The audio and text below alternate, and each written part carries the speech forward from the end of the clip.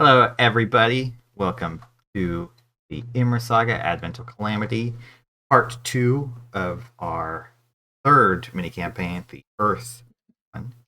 I am joined once again by the cast of the last session for this.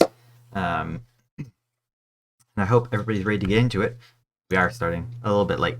So, you guys have just walked through this massive door that had been sealed by the Earth Goddess herself. Coming into this large, massive underground chamber, far beneath the mountains, you've found yourself in a room that has sort of almost air current going throughout it. And some of you have noticed that it seems to be from the breathing of an incredibly large creature. So that's essentially where we ended. Enthier had drawn a scimitar as sort of preparation for whatever might await you as you venture further in. So the chamber that you're in is it's very incredibly dimly lit. There's a very minuscule amount of lighting, enough that your dark vision still works for those of you that have it. But it's barely enough to it's barely enough to kind of see the ceiling a little bit, and only because some of the lights are on the ceiling, which is far up above you, at least a few hundred feet, maybe a little bit more. You can also kind of maybe make out some of the walls. There are portions which are just or seem to just be black beyond the range of your dark vision and unlit by things along the walls. There are also spots where you think there are probably some bioluminescent mushrooms. So it's a little bit hard to tell the exact size of this chamber. However, you can tell, now that you've moved beyond it, that there is a path leading further in, seemingly somewhere in the center of the room, or at least it goes fairly straight from where you're currently standing.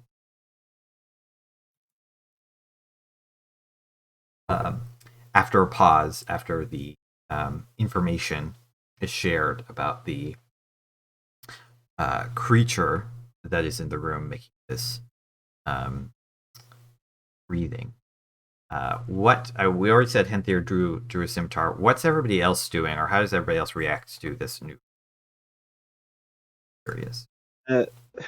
Barry will draw their sword, and we'll look to the others and sort of gesture upwards, and then just mime, like, speaking, as if to indicate, like, should we say something?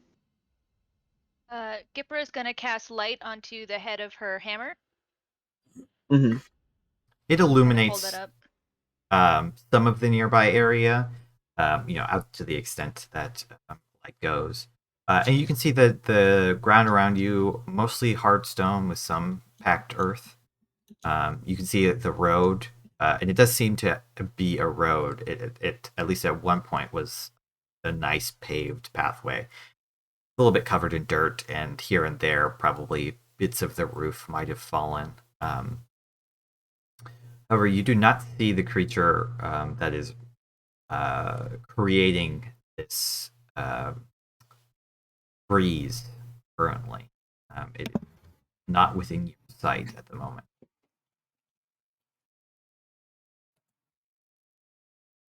But for those of you without dark vision, it's a little bit more illuminated.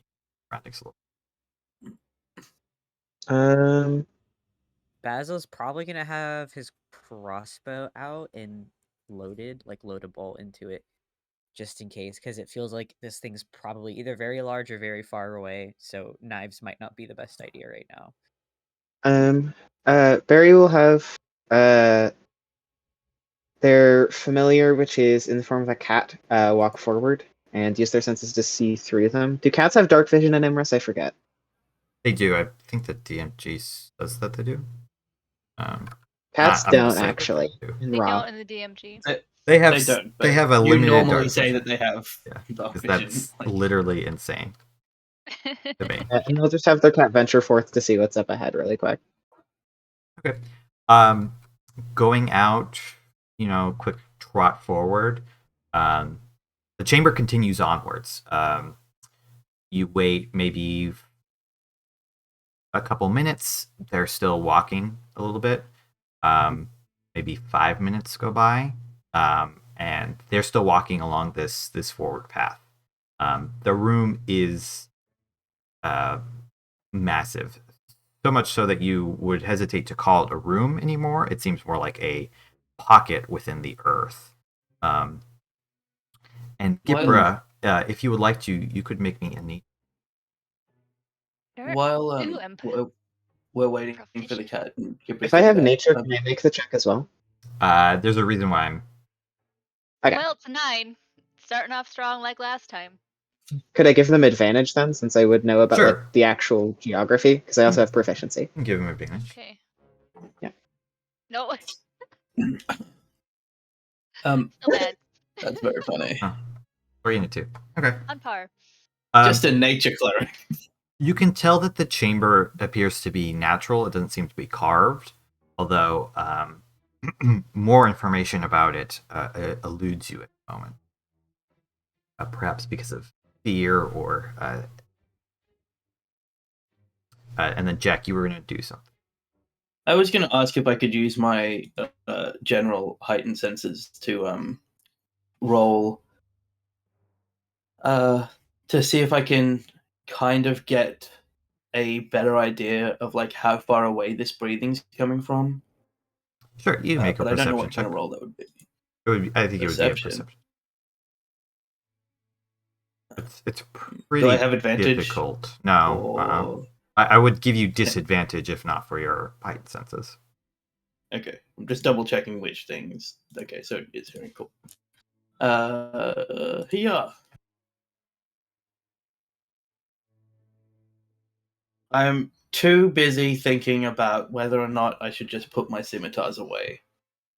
Yeah. You're just like slightly overwhelmed, and gauging distance through like the air and stuff like that is so hard just with through hearing, with the information you have at the moment. I think You suspect That's- it's fairly far away. You're I not think sure that- exactly how. awe that he's feeling of like not being able to understand the size of this thing does prompt him to like sheath his scimitars, and I'll drink a healing potion to regain the 4 points of damage that I've taken. Office potion. Is there any chance? I mean, Ilya's illustrious past and arcane experiences with demons and the sort that they might know about arcane things that they talked about that other cults had been summoning, that kind of thing, that were very large. That's a good point. I think this is good die, bad die. I can't think of an appropriate skill check. This is just like maybe you heard something, maybe you didn't. So Got roll it. 2d20 and we'll find out whether Got you it. might know something about this.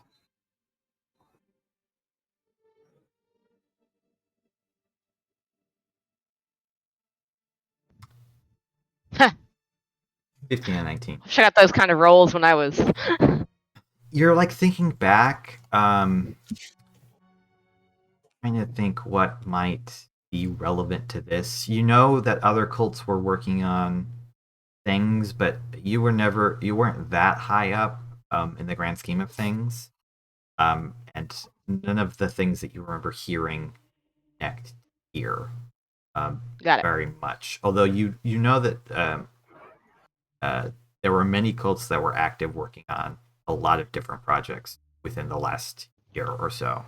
Some of them connected to each other, some of them not connected. Mhm. But you don't remember hearing anything about this. Can I make some kind of check as to what kind of creature would live in a massive cavern like this underground? An Um, Arcana. I don't think there are so many options that I don't think that is something that you could roll on. Could I do something like survival intelligence or something to estimate how big the room is based on like how long it takes wind or echo to come back from footsteps? There is no echo. So it Okay. is big enough that there is not a discernible echo. That you can figure that out, because you don't hear an echo. Uh,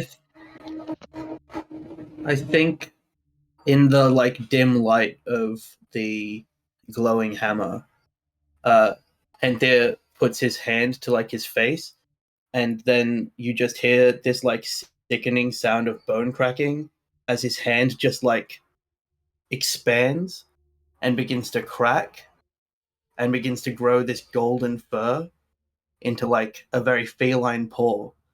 And this claw just like scratches his head. And I'll activate my Crimson Right as I transform. And as he brings his hand down, his arms, like his robe has kind of rolled up his arms, and they're like these muscular feline paw arms. And his hair is like bushed back out, but now it's very clearly a mane. And he's breathing really heavily because it's extremely painful, and normally there's a loud roar accompanying it, and he didn't do that this time. But he's breathing very heavily, and then there's like this really guttural purr as he like settles into the more hybrid transformation.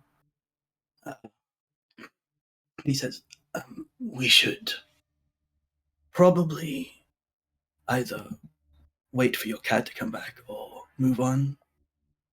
It will wake up eventually. You are trapped in here behind that door." yes. I agree. That sounds smart. Okay. And they look to Basil. Does Basil look anxious in this room? Because I think they kind of trust Basil's sort of like innate senses. He's looking around. I mean, like Yeah, you zoom out of the cat for a second. he's a creature, right? Mhm. So he's definitely like looking around. I'm not sure if this environment is something he have any expertise in, but I Um, it's can I make a underground. perception check to like perceive? You can perceive, unless there's something you're looking for in particular. I'm gonna say probably not. You know that you're underground. You can see what I've described already. Yeah, I mean he's at the ready to shoot something if it shows Okay. up, but he's just kind of looking back up at Barry like Sure. You guys are all kind Well, of paused in this moment, like waiting for Barry's cat to continue scouting. yeah. Barry will just keep having their cat go up ahead. See if they can spot anything, and like if 10 minutes later there's still more cavern, then they'll have the cat come back and just say like, "We'll keep going forward, then scout ahead," that kind of thing. Are they walking slowly or like kind of cat trotting quickly? Cat trotting. Okay. Probably about after 10 minutes, um, uh, like right around the 10-minute mark, moving at a faster pace than you would naturally walk, so more Mhm.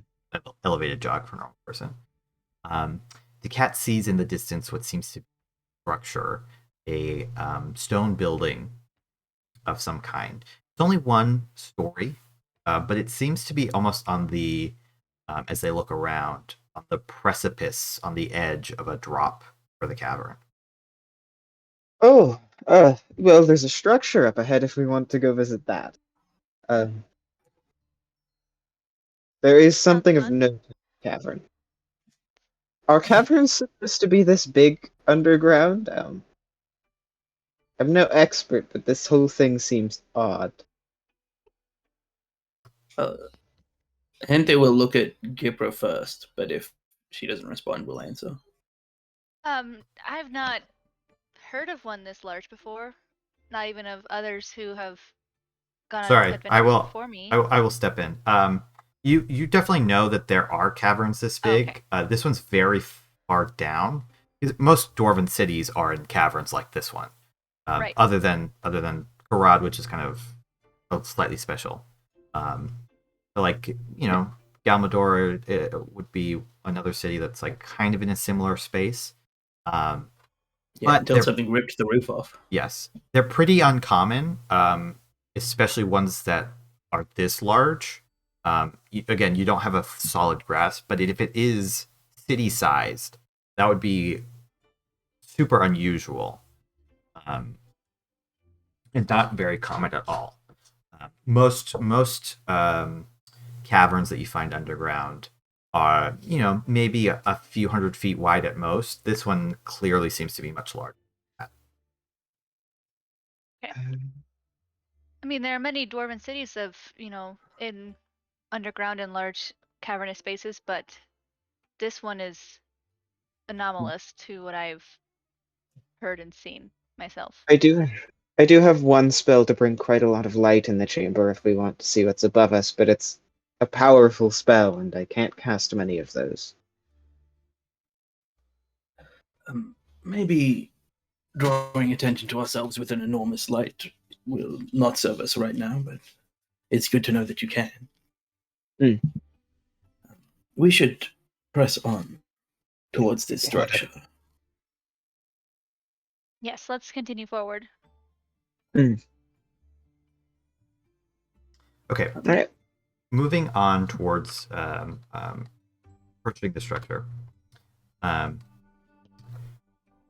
You walk forward and... Anyways.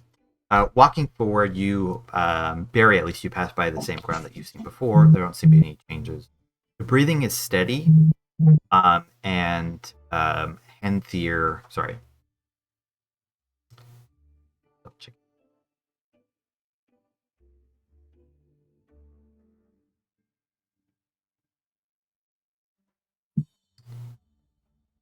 Basil and Gipra, yes, with your 18 and 19 passive, you both get the distinct impression of a sleeping creature, from the rhythm of the breath, the steadiness of it, just like all those various qualities to you kind of remind you of a creature that is resting or in a deep slumber of some kind. And you realize that, after you get to 5 minutes of walking into here and listening to it. You've been listening to it now for about 15 minutes, and that's that kind of almost calm, relaxed, steady pace. Eventually, you all get up to this structure. It is, Yipra, you get the distinct feeling that this is a temple of some kind, or temple-like structure. It's clearly very ancient, but it has some of the markings of temples of Pyrrha that you've seen before. It's much smaller than your temple, although it's still sizable overall. You can see a couple statues of the goddess on either side of a large square entryway. Both of them have been defaced. One of them with big claw marks, the other one with some kind of sword or axe or bladed instrument that has hewn through the what seems to be a granite statue. The statues are probably about 8 feet tall or so they're pretty big as well. You think whatever... Can I make some kind of religion check on what this belongs to? You could just ask Gipra. Okay. Temple Tamira, my goddess. Oh. If I touch my holy symbol on my chest, does my pendant seem warm or cold to the touch or anything as we're approaching this temple? You do sense a certain a warmness, but it's perhaps slightly fainter, as though occluded slightly. But there is you feel watched over as you kind of do this. Ilya's just standing, tilting their head back, looking at those statues. a little musingly. They've seen this before, presumably, because that was done in the other place too, right? Yes, it's pretty common for cultists and demons to, if they see a statue to another god, and they have the time, they will try to deface it. I guess you could say out of principle, however you want to think about that. But it is absolutely part of their I want to say playbook, but the things that cultists do frequently. And this to you would definitely be a sign that demons have probably gone into the temple or might still be in the demons or cultists. Well, we have company. What do you mean? Ilya just jerks their chin towards the statues. You got a little Full quiet, sense. by the way, Charlie. I don't know why. Because I was trying to occlude my breathing. Okay. I think Hente says, oh, it's something that he looks at Ilya and says that cultists do when they approach a temple of an other god. Barry's going to take a moment and then cast Gift of Alacrity on themselves. How long does that last? A minute? 8 hours. Oh, okay. It's a different spell. Which one is that? You just put it in the chat. Yeah. You Okay, hardly binge. want them looking down on you when you're desanctifying the place. Can I go and try and well, Hente does it in a way that's like very close and like sniffing the clawed and sword axe marks. But can I make some kind of insight or investigation check to see how long ago I think this might have been done? Definitely investigation. And no, that would have been very funny. I would have found your way of dealing with that very funny. 19. This feels appropriate for guidance, like uncovering a mystery in a lost temple. sure, yeah. You can add the D4. I haven't looked at the total. Although I did hear Jack saying it. To 21. 21. Okay. You think it was done within the last week or so? So recent, but not like this was done yesterday. Like just where the claw marks are, where the slash from the bladed weapon is. It's slightly faded, but still pretty fresh. Like the stone has recently been uncovered. Yeah, you would think like 5 days to a week, probably, likely. It seems maybe no longer than a week, but they've been here for some time. Should we continue up ahead? Yes, we should certainly see if there are any guests of the temple that need escorting. I agree. Can Basil go up ahead, like stealth up ahead? I'm not asking Andrew, I'm asking the party for permission through the fact that he can't speak verbally. We'll just say this is signed.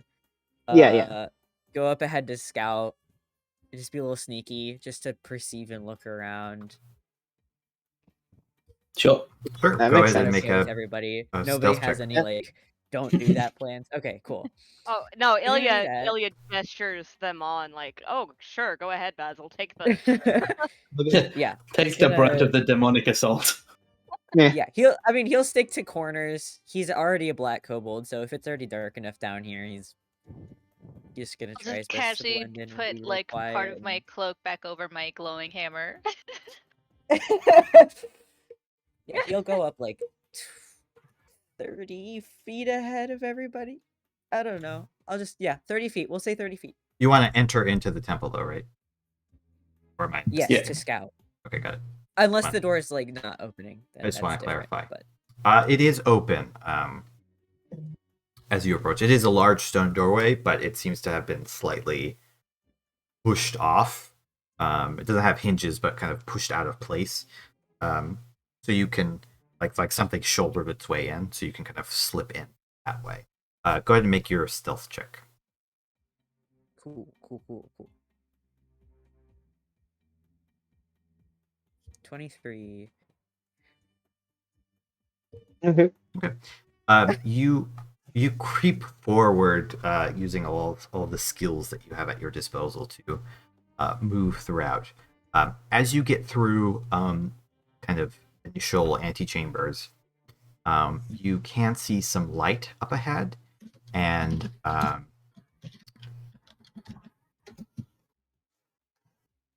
you probably have to go slightly more than 30 feet, but you do start to hear sound at the edge. You're pretty perceptive at the edge of your hearing. It's muffled in a way that it sounds like it's beyond a doorway, but you can kind of hear it rhythmic, consistent. In a, it's not just somebody talking. It's like an elevated. You would think it's somebody casting a spell or something like that with your high perception. Okay. How much further up ahead is the door you said? From where you're at, it's maybe another, like, by the time you're seeing the lights at the edges of the door frame, maybe another 20 feet up. So, And you said, is and it, you've like, walked open, or is in it, like 45 feet at this point. Okay. Is it like open or is it like cracked open? That one is shut.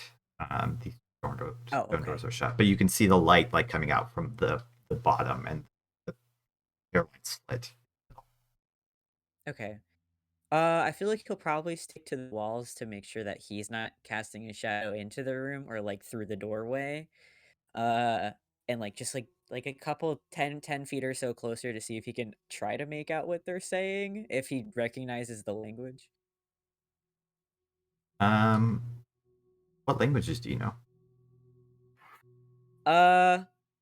Common, Draconic, Thieves can't. Thieves can't. Let's go. Best They're game of the all game. speaking in audible thieves' cant. Yes. The ultimate win. As you listen for a moment, it is not a language that you can understand. Okay. Cool. He will scuttle back to the door, like the front door, and Okay. You probably have to relay wait. his tellings to Um, Barry. Okay, the party waits for a couple minutes or so while Basil silently sneaks forward before returning and signing at Barry what they just saw. Oh, seems we have some unfriendly magic going on deeper in the temple. Just up ahead. All right. I will douse my hammer. Yeah, and the like flexes a paw, and these like long, jagged, electrified claws like pop out, and he says, well, let's go deal with them, and then maybe they're what's causing the earthquakes, and if not, Okay. Well, let's go. Basil will exchange his crossbow for his 2 short swords. And he's like, yeah, let's go do it. He looks too excited. Do any of us understand the language as we get close to the door? We speak, I suspect, so many languages that are between us. If it's celestial, dwarvish, or primordial. If it's Elvish or Infernal, you think that the chanting is infernal as you begin to approach. Oh. As everybody's going in, can I get a group stealth check? I assume that Ilya speaks Infernal. Oh, are we stealthing? I just assumed. I'm not. Yeah. Look, I think that Henther and Basil are probably just again. naturally quite stealthy. I but can't I roll also don't lower have than a 23, so. No, I'm bad. When I'm a lion, like it's like just not a thing. Hey. Barry's We're not just being stealthy at dumb in all. the back. Oh Barry is no. fine with This not is being stealthy so that Basil is Um, even stealthier, so to Basil's speak. like, come on guys, let's go. And everyone's just like clanking around like pots Clank, and clank, pans. clank, And I'm like, clank, clank, Henthe's clank.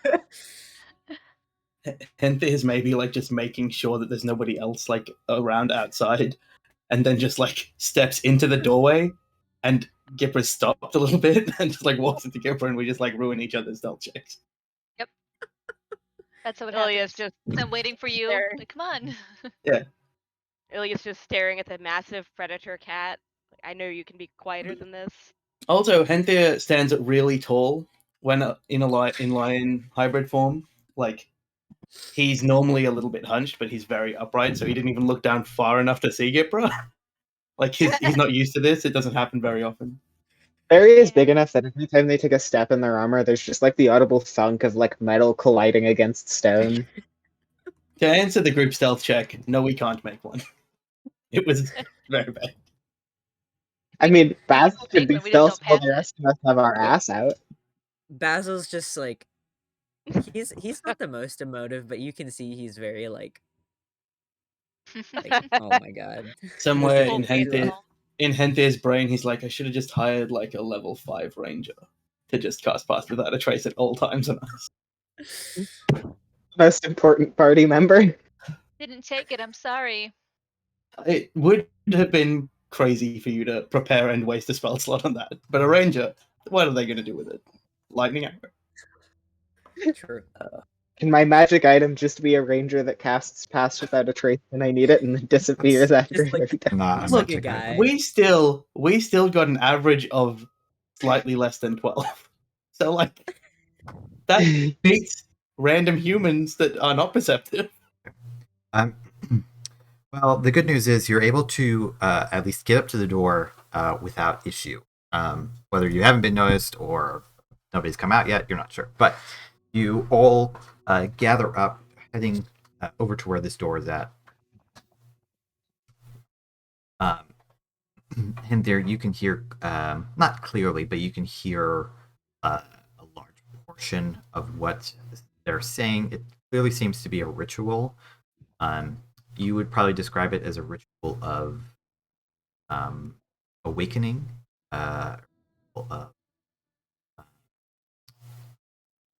summoning. There's certainly dark magic mixed within here. A ritual of corruption. Kind of all things that you hear. You think there's probably 5 voices in the next chamber, although there might be more creatures. I will convey. It seems that there's around 5 people chanting, and they're doing something to do with awakening and summoning and corruption. Can I make an Arcana check? Yeah. Can I also make an Arcana check? Sure, anybody who wants to can. I Can I think do it's a ritual of religion? summoning, awakening, and I'll let you do a religion check. It's I always love how magically incompetent Basil is, but I always try. Ilia's gonna crack their knuckles and recite exactly what this thing is, it looks like. oh yeah, this is what this thing does. oh yeah, I served under this thing. This is just the Oh, magical I equivalent of know Tinder. this Hang on. ritual. Ugh. Hey, Why I would did they this invite one him? time. He's such a bad Good boss. times. Okay. That's just form 506. So, Henther and Basil, obviously you're not really sure. Chanting magic of some kind. Barry, once the words have been described to you, this is definitely based off the language and everything, some more of a divine flavored magic related demonic energies. And you would know if they've been here, from your observation, if they've been here for a week, they've got 5 casters. Definitely, this is a powerful spell ritual that is going on here. Boy, do I have the feel for this. They could have, and maybe they've even been here longer. You're not sure, but such a spell, placed upon an area would definitely make it unholy ground. Casted upon an individual or individual creature, it would subvert their normal nature. Ilya, you know that this ritual was quite similar to what was being done at the Ashbringer Mountain, what your previous job was doing. Although you know that that dragon was didn't need to be as persuaded, I guess you could say, magical sense. Its nature was perhaps closer to what the cult already wanted. So as it's being described to you, that is what you think of immediately. Gipra, you can tell based off of the spell is being described that there's definitely magic of cultists of Saliel, worst and most powerful of all the dark gods. You expect to find cultists of Saliel beyond. Ilya clears their throat and speaks up very quietly. There's an element of coercion here.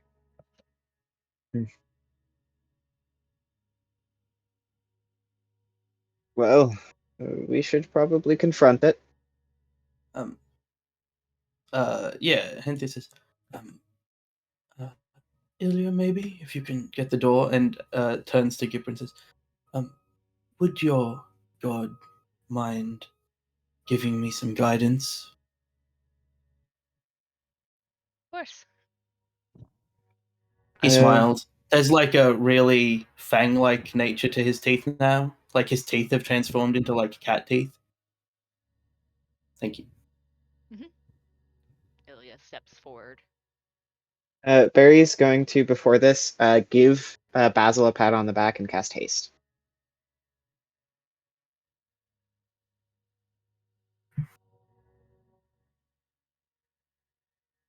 So Basil is hasted.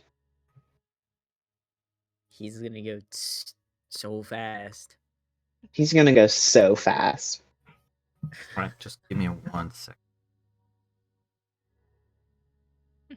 Little kobold gonna be speedy.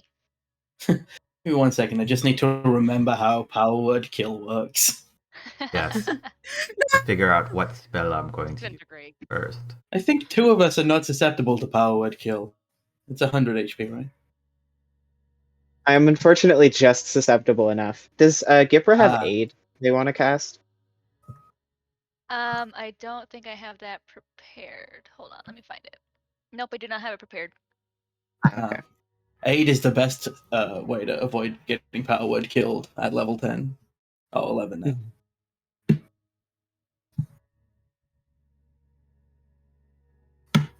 It's alright. When he casts mass Wouldn't matter mass for me. Power Word Kill. Mass Power Word Kill, where everybody with less than 100 dies. I will have Andrew does love to do that. That is in his nature. Oh yeah, for sure. to invent level 9 spells that are level 6 casters. That'd be very funny. Everyone in this room casts Steel Wind Strike immediately. Yes, you will die. He casts it on the players, not our characters. Yeah, yes.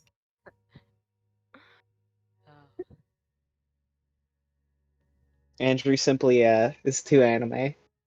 I don't like this unnecessary tension that you're building by not being prepared anyway. I'm just I'm not doing anything. Oh, I think it's also quiet because I don't. If there's music playing, I'm not hearing it. But If there's not, that adds to the tension. Oh yeah, I'm also not hearing any Is it music. not coming through Discord?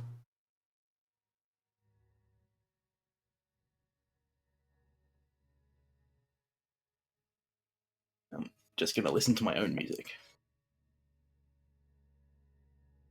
The Lion King soundtrack. We've got traffic. What about now? I do now, yeah. There we go. Now we I have it. think it would just be straight up Benny Hill, and that was our enemy. Audio. Benny Hill and 10 Yaks. And the hell of the Mountain King, and we just have to fight the fucking Three Stooges. You guys won't see anything yet because I'm waiting to pull out your tokens until you're in the map. Hopefully that solves the issue of some people not being able to see. I really thought you were going to make this door really hard to open because we have no strength. That would have been But fun. I was going to trick you because I have advantage on strength checks. I would just use Stone Shape in that case. It's magically, you can't. This door's like immune to magic. Of course, that's what the last door was. As powerful as the Andrew- last door was, this is an even more powerful door. This is the true boss door. This one has a handle. Doors. This one can only be defeated by asking Big someone bad. on the other side politely. Big bad of this mini campaign. Doors. It'd be really funny if Andrew did that for one of the mini campaigns and it was like a door mimic. We open it, and all of the wizards are just 6 living awakened doors. They've cast animate object on 50 tiny doors from the houses. They are trying to summon an even bigger door. Why it's taking so long for you guys to move over? Why is it taking so long for us to load? Because Foundry is slow. Don't say that. Foundry just has big loading times.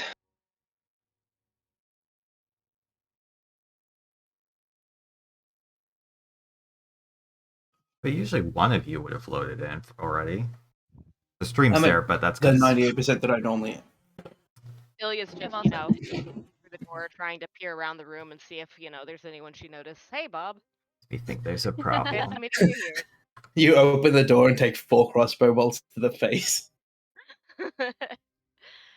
That's why we send the most expendable of us in to open the door. Basil. Ilya's just standing there. Well, see, if they shoot Just at gets, like, Basil, kicked out. they just miss him. All of them miss him because they're aiming for, chest height of a normal person. They miss him, and For they also miss sure. he's a long lost friend. They miss Basil and still hit Ilya in the face 4 times. Ilya always knew that their job was an OSHA violation waiting to happen. Gift of Alacrity is a level 1 spell. Is that Yes. real? You could just give that to everybody when you're a high enough level. Level 1 spells don't even matter at that point anyway. It's so true. Shield and absorb elements. You just upcast them if you really need to. That's true. You get alacrity. You get alacrity. I'm gonna refresh Foundry. Do we all now need to refresh Foundry? Yes, Andrew, do we yes, have you to do. refresh? All need to. I wonder if the fact that I accidentally opened up 2 was screwing you over. Possibly. I It mean, can't have been helping you, Charlie. it certainly could have been. I would be scared of using haste in high level combats, but this character's just built to never lose concentration. Basil be like moves 160 feet and what? Wait, 120? no. You could dash 3 times actually.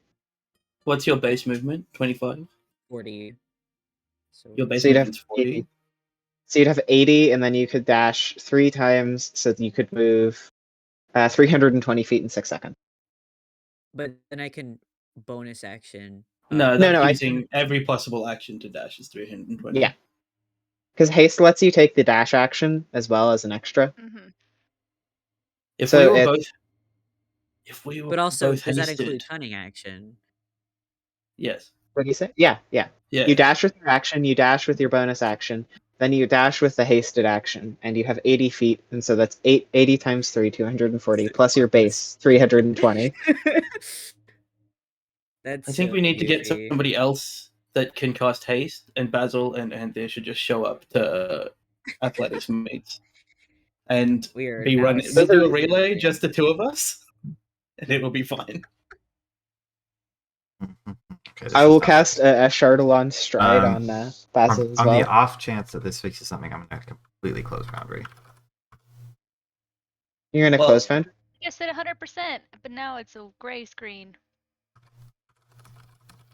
It probably hit 100% when I closed it. Yeah. I'm Oh. going to close my Foundry window and open up a Me brand as new well. window. Should we maybe do a 10-minute break early to not have to Sure, break in while an we're hour doing since we're having technical problems as well? That makes sense to me. All right, we're gonna cut the break real quick. 10 minutes. Be right back. Hopefully, we'll Okay. have this sorted.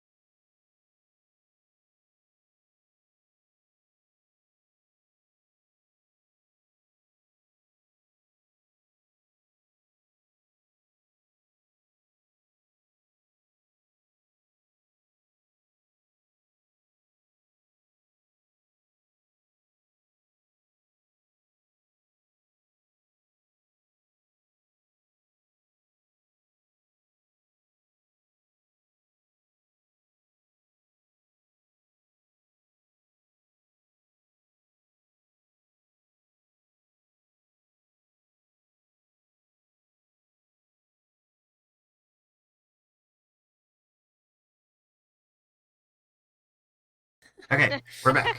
Sorry about the delay. And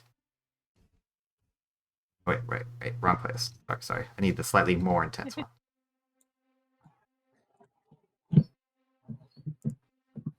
Okay, you all enter into this room. Henthier and Ilya kind of coming into first. You can see I removed the circle that they're standing around in case it was. So let me add that back real quick.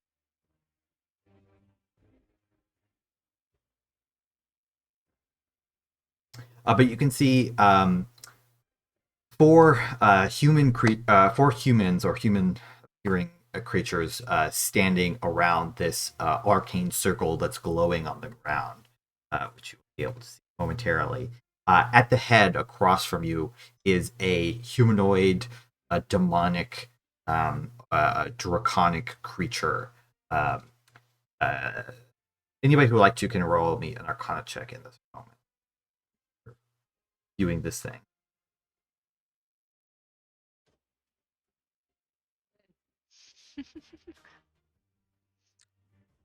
Oh, sorry, ignore that. Sorry.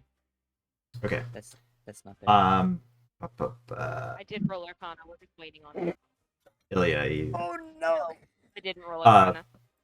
Barry and Henthier, you both recognize this as an Abishai, which is a kind of a fiend that has oftentimes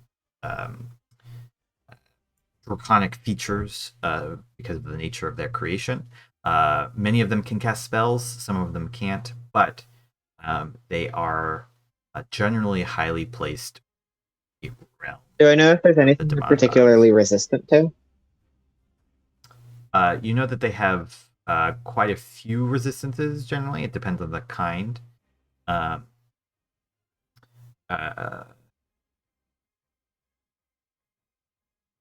19. Most fiends are, or many fiends are resistant or immune to fire, so probably that you suspect. And same thing with poison. Okay.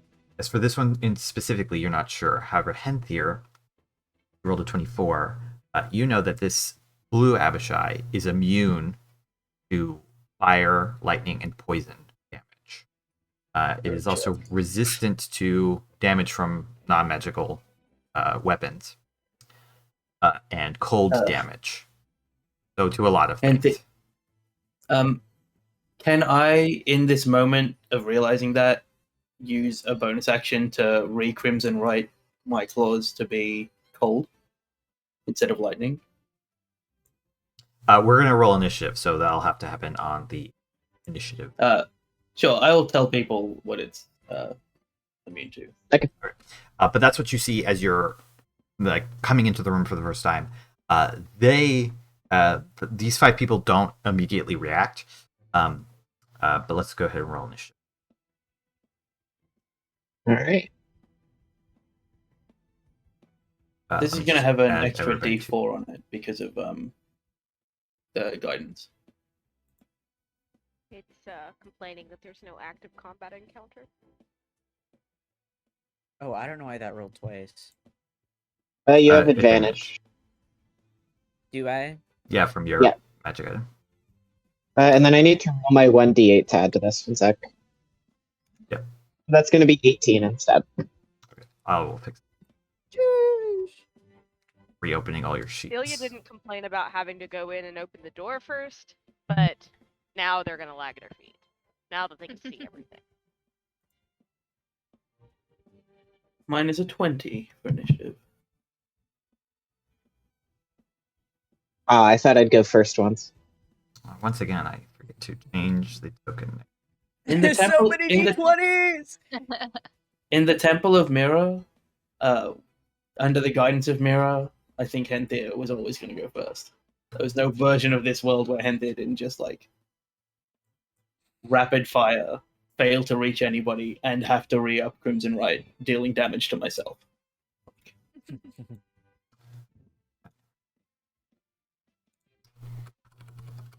Okay, so I need to add 8.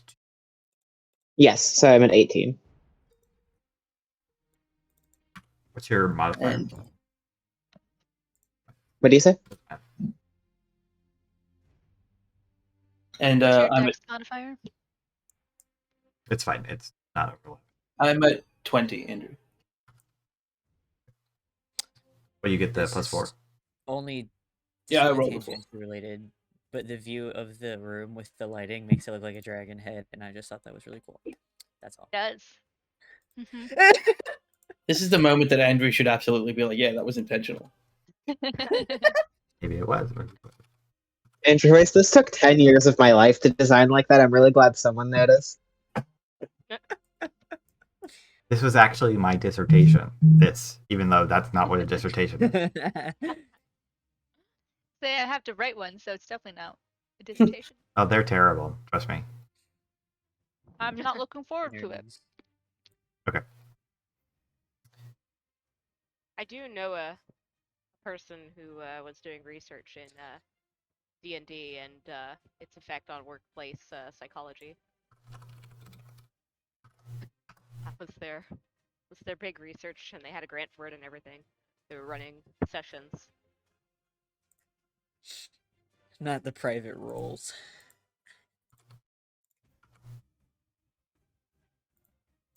For how many charges the Wand of Power word kill has. Okay.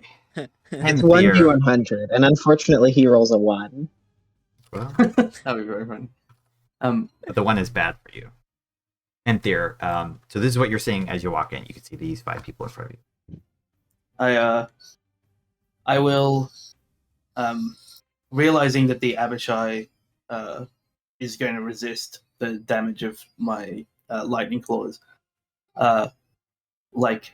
just he pushes his hands together, kind of like claw to palm on each, and just like draws one drop of blood from each. And as he pulls his hands apart, they like freeze into this blood red icicle, as his claws instead become ice based. And I'll do max damage to myself probably. No, 2 again. I'm so good at this. Then I need to remember a thing about this level 11 feature. I'm going to move into the room. He knows that he can't reach them, so he's like a little bit cautious. Do I see the things to the left that Yes, I can see as a player? I was just about to say, I should have just hidden them, but we're going to enter combat really quickly.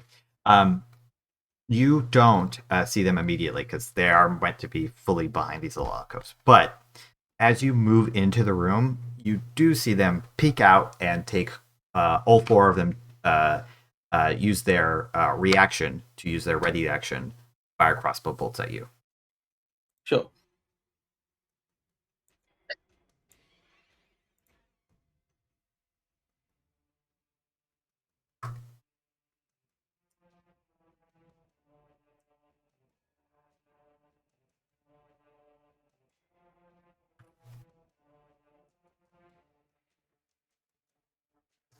I always do this. I import the weapon. Forget to do the.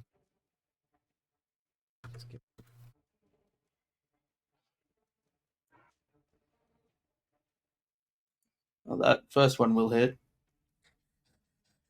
There's too many d20s. Just 1 hit.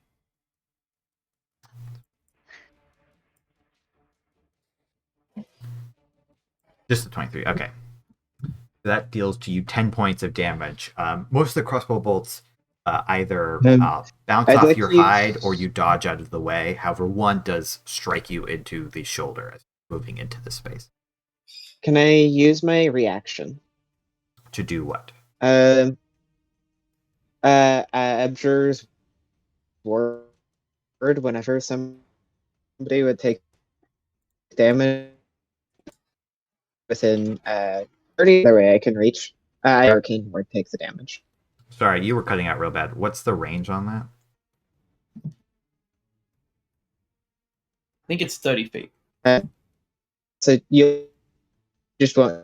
Yeah, you're not audible to me. I will look 30 feet, 6th level. Yes, you may do that.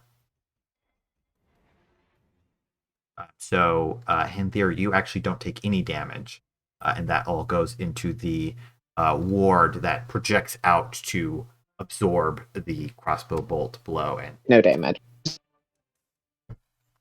Anthea, Yeah, like, You're message, like a sir. hardcore robot right now. I'm a message, sir.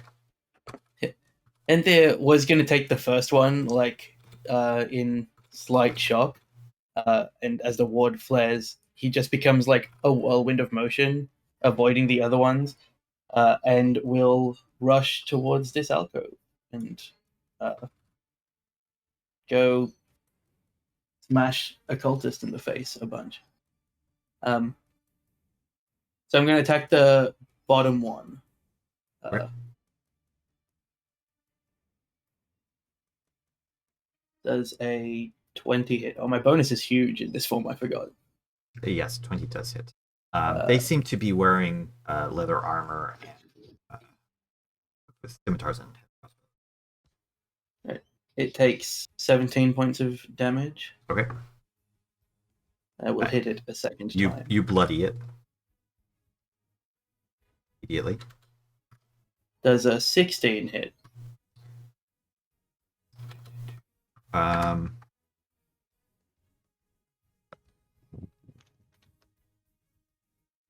Yes, it does. I Not by feel a like lot. this is really appropriate for Henthir's just like rolling in as a were-lion.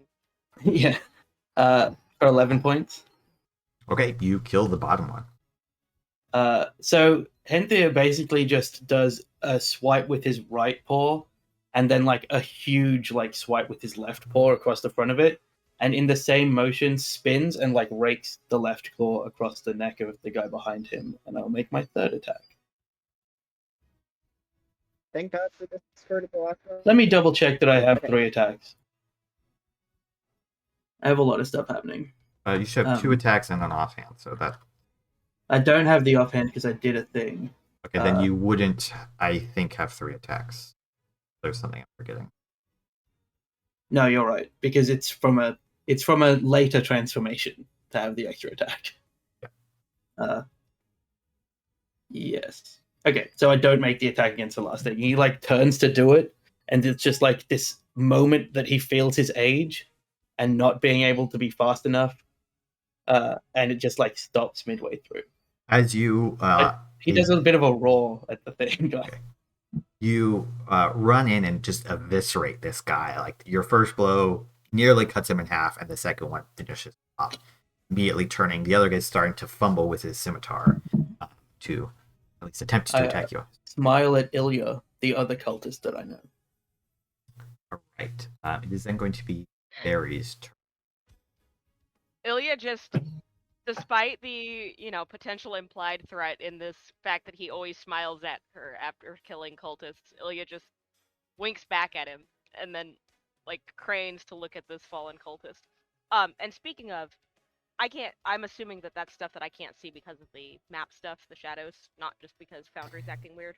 They're meant to be hidden behind stuff, and I think All right. because you don't have dark vision, it's particularly hard for you to see them on this map. Yeah, no, that's fair. I just wanted to make sure it wasn't. But they are basically around these corners, so when they peek out, you can.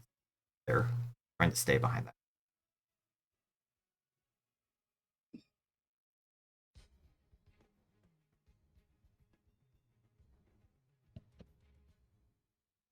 Sarah's doing. Oh no. My thing is not. We're just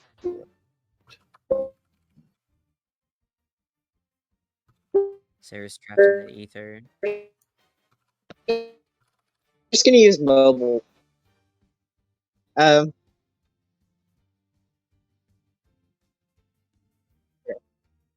Type. Yeah, Barry's going to put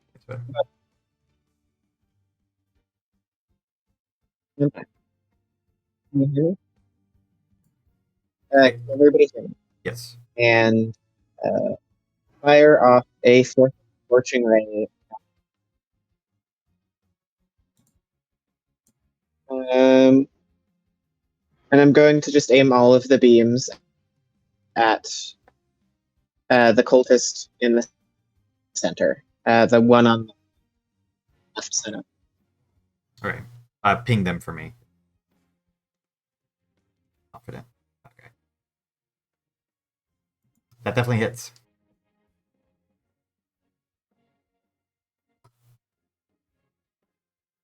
That also hits. Roll the damage. Just Yep. That one misses.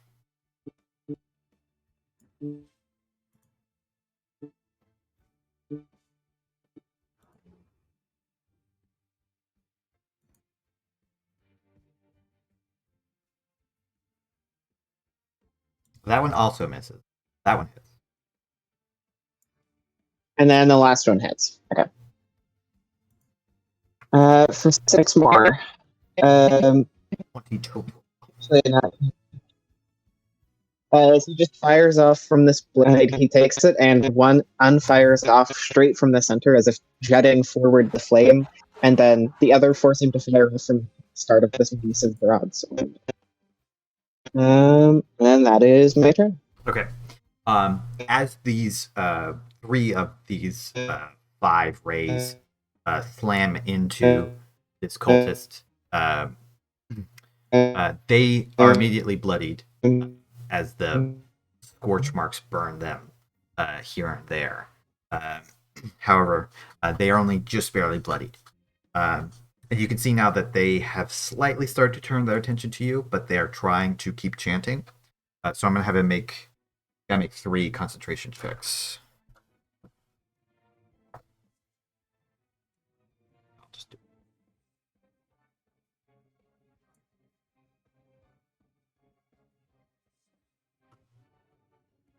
one. He just so needs 10. that one hits as well. Okay, he drops concentration. So that's one of them out, one of them faltering. And I'm actually going to mark the things.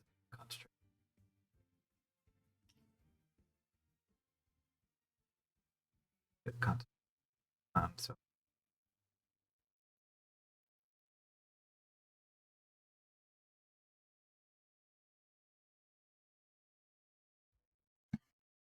okay. So as Barry walks up, launches these scorching rays out at the chanting cultists, they falter, dropping their concentration. It is then going to be actually their turn. Funny enough, so they're going to turn around.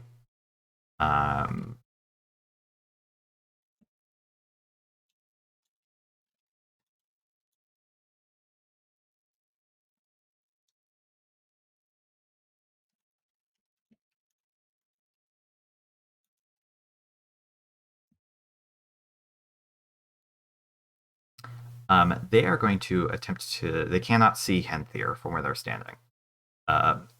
So they're going to cast Bane on everybody except for Henthier. I will counterspell. Okay. What level?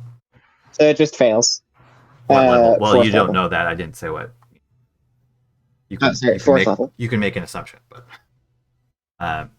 Yeah, sorry. Okay. You're right, Jack. I do think I should just describe the spell instead of saying it up until the counterspell point. That's a good point. You do counterspell their spell as you do so. So they go to begin hinting, casting. You kind of recognize a little bit what spell they're casting. And as they point it out, it fizzles within their hand. The magic just all being moved away, cast aside by your count. So you remove that spell slot. I think for their turn, they're just going to move up slightly to slightly head you off from the rest of. Recognize you faster. It's then going to be Basil's turn.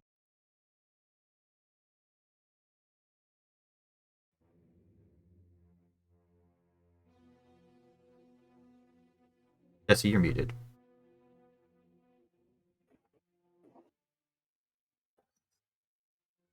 Jesse, you're muted.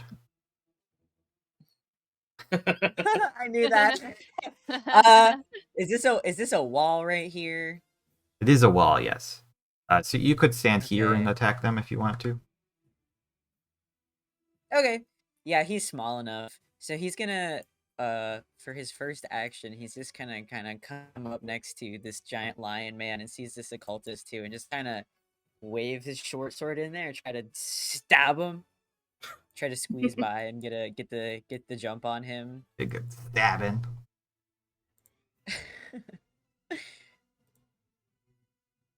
Macro, go. 26. That hits. Cool. Yeah. 11 piercing. And sneak attack question And mark? then, Yeah, because Enter's right Enter's next to her. Okay, just wanted to and has that cultist gone yet? No, so that's actually a Yeah.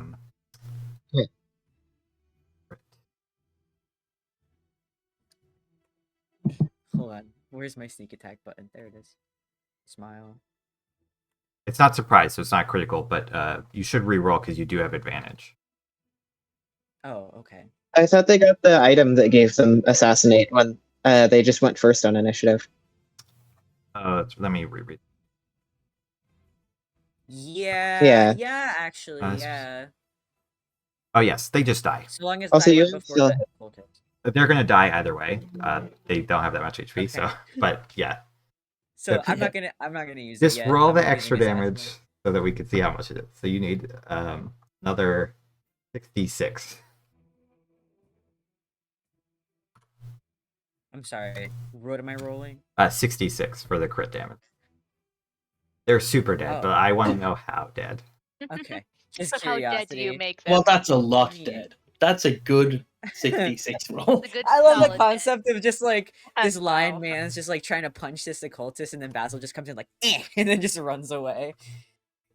Only Uh, Enter's arms really look like a lion right now. He is so dead that if he were a player character, you could not revivify or revive him in any way. That is how dead he is. Awesome. His story has Cool. ended here. Yeah, so you just So take this Basil- short sword and like completely lop critical brain off, like straight up in there from the back. Critical brain as opposed to unnecessary Basil brain. just like, yes! And then he's gonna make his way. That's my boy. 20. He's gonna go here. That's 50 feet of movement without a bonus action. You've got 80. Yeah. 55. If I attack this person with my offhand because I'm dual wielding, does that count as a separate attack? It uses your bonus action.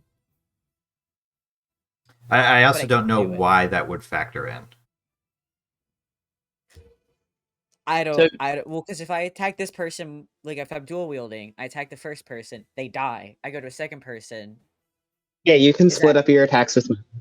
Okay, I was just wondering if that was like a new attack or if I could bonus action offhand. But if that doesn't matter, then it doesn't matter, and I'm gonna do. It doesn't matter. that. Yeah, I can't think of a reason why that would. Cool. 5e is very nice about just letting you make the attacks as long as you use. I will the also say, actions. well, never mind. I was going to say he already went, so if you could reach somebody else, you could get a critical on them, but that doesn't matter Well- anymore.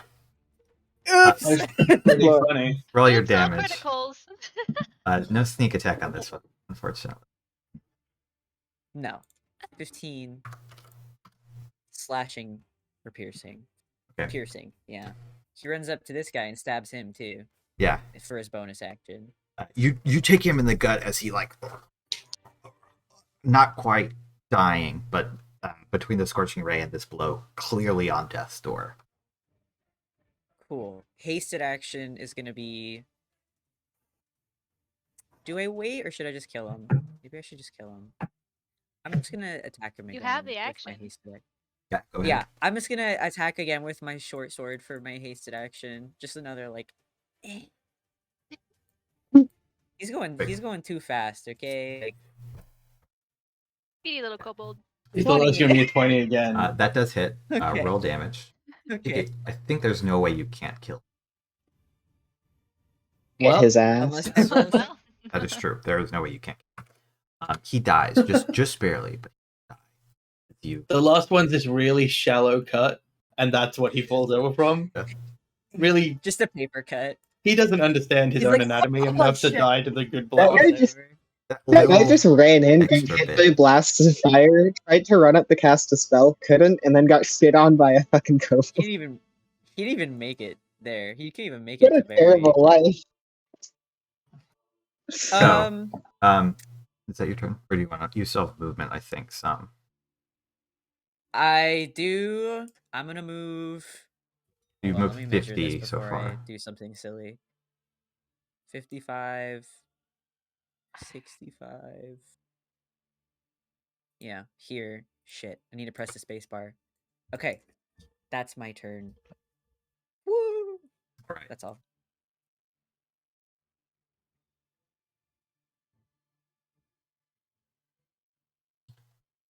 Wait, did that guy die? Yes, sorry, I will. Oh, okay. I just wanted to make sure I didn't just like run away for no reason. He did. He Okay. did die. I just forgot. Out from some shadowy darkness emerges a creature. They 8 more blue Abishai in a trench coat. God. No! Do not Alright. fuck the blue guy. Basil said, Basil, as you get into this room, or into the more central part of this room, there is the ceiling goes up quite high, and up there in the darkness drops, slithering downward, this terrifying, fiendish creature. Like they have this humanoid body, but it's attached to this massive worm, almost centaur-like, but completely strange and abominable. They're huge, absolutely, like standing, dominating the room. They're wearing this helmet that is spiked here and there, and they've got big, powerful muscles. You can also see that they're carrying a chain in one hand, which they're kind of swinging idly.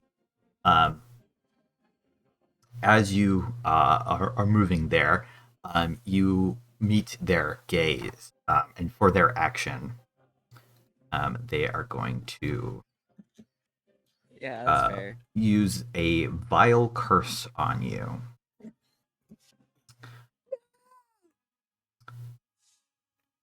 I don't want to think about it. They're going to do a blistering curse. So I need you to make a constitution saving throw. DC is Who 18. does? Con save. Basil does. What were you going to say, Sarah? I was gonna say, is it just Basil? Just Basil. Not the 10. Yeah. He's choosing one person to Okay. the only reason Maybe I'm not he's a bad caster.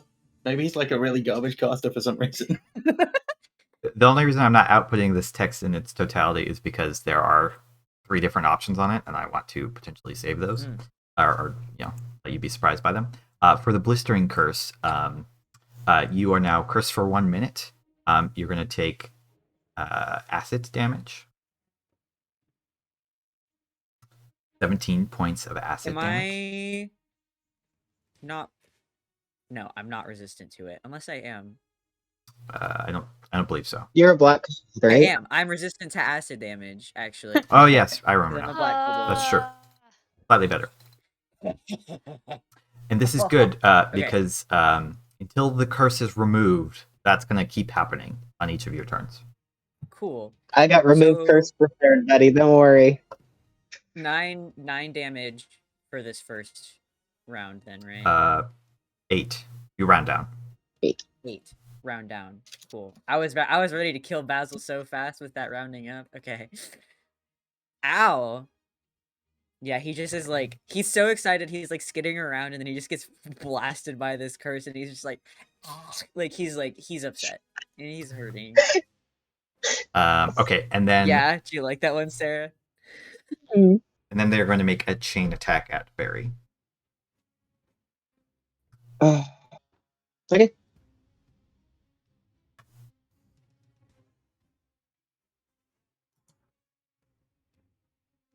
Three. Hits. I need you to make a strength saving throw. You're going to take 17 points of bludgeoning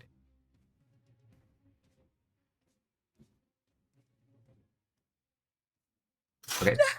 You are drugged directly up to the creature as this chain wraps around you and pulls you forward. Did it roll the save? Yes. You rolled a it 1, rolled 2. and then you rolled a 20. Oh shit! To be fair, you did need to make a concentration save, so I feel No, like I don't. Arcane Ward absorbs all of it, so I don't make it. This is the worst day ever. I think on the bright side, at least this way you don't have to spend any movement getting Yeah. into it. Also, if anybody No. was going to be afflicted with overtime acid damage, You should still take acid-resistant kobolds. 3 from Arcane Ward. What do you say? You should still take 3 because you did 10 for Henthir earlier, and then that was 17. When I cast Counterspell, because it's an Abjuration spell at 4th level, I regain 8 hit points to the ward. Oh, that's right. Okay. Yes, so that is true. Yeah. You have a little bit left. Make sure you keep track of that, though. Yeah, no, I know. right. They're going to be their turn for the moment. Everybody else in the room, or all the other players in the room. Actually, Henthir can't see Yeah, this. I can't see it. I can only see the turn marker, and it's more scary. And the other Barry two, just being yanked out of sight. you get That's the Ah. get the feeling that this creature is the real threat within the room, having seen the others fight everything else for a minute, them and the Abishai. The cult priest... Barry Sorry, go ahead.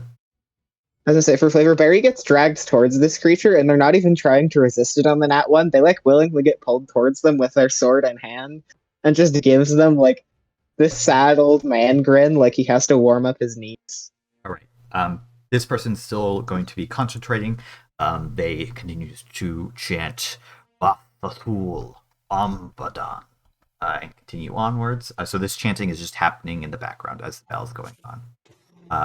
Gipra, it is your turn. All right. Well, that changes my plans for what I was gonna do this turn. Okay.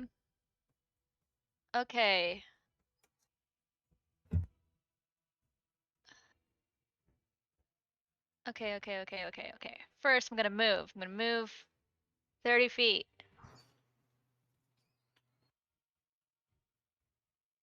Kind of get a little bit of cover behind that column, I assume that is there? That's true. If you're standing fully behind a column from a creature's point of view, you would have half cover.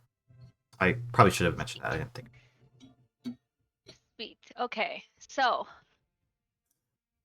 first thing I'm going to do is I'm going to cast Spiritual Weapon at 4th level. What does your... A bigger hammer. Right. Oh wait, that's the wrong level that I cast it at. Oops. That's okay. We'll use the And same then roll because that was a good roll. Yeah. Big ol' hammer just right. Oh, do I get to place it? Oh, that's so cool. Okay.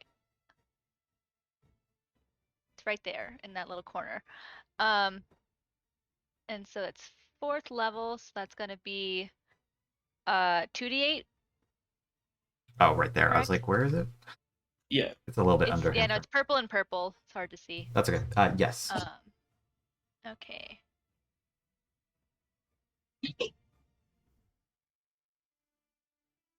Plus my wisdom or my spellcasting modifier is +4. Ooh, nice. 14 radiant damage to the gross centaur worm thing. That is my bonus action. And for my action, oh goodness. I am going to do a cantrip of Sacred Flame at it. Right. So that's a dex save. Hopefully. Yes. Little did we know, this is the most dexterous worm of all time. Right? This worm just Oh, loves dang it. Just barely manages to Slide- dodge slide. out of the way. Does it just Yes, it takes no damage if it makes a save. For Sacred Flame, yes. As Okay, you that's my turn. cast Sacred Flame at the creature, you do notice that it appears to have some innate resistance against magical effects. So it does have magic resistance, as your Sacred Flame kind of seems to slide slightly away. All right. But your hammer does kind of slam into the bulky, fleshy, uh, worm-like portion of the creature. This cultist go. They're going to take They're going to take a shot at Ilya. Peek out. So, missing. Turn. Another one is going to take a shot at Yipra.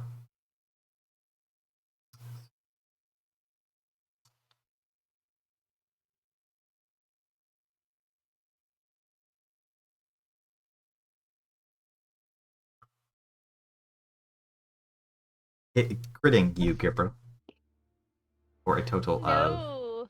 of 15 points of damage. Who are they targeting? Yipra, Me. who... no, you've used your reaction. Never mind. I was going to see you could arcane protection.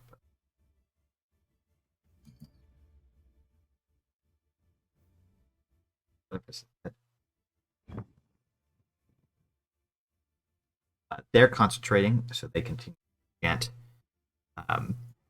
Thaliel Aspadad. The next one, continuing onwards as well. I'm not going to chant every time, but they continue to do it. And finally, at the That's bottom. part of the pact. If you're gonna summon Okay. things, you have you to should I chant physically. the- The next one after them then says Gaspadun Bethal. And then it is Ilya's turn, Love coming in this last in song. the initiative order. Ilya is going to haul ass right past Gipra into that little alcove, and I gotta move my thing so I can actually move it instead of measure distances. As they pass Gipra, they just like it's not quite an elbow. It's not hard enough to be an elbow, but it is a bit of a shove as they move past. But then they're going to call out or they mutter to them as they get past unless you want that thing and that thing's big brother or whatever else they're bringing, perhaps break their concentration, and they are going to step onto that pathway themselves. First, they're casting Hex at the worm critter. Okay. And hexing Dex. You know, that big dexterous worm. Since it seems like we've cast a couple of Dex things on. Charlie, that's not how Hex works. Ability check. Oh yeah, I always forget this. That 2 years of playing a game with that. Do I even care about doing a hex then and using my bonus action on that? Extra damage is nice.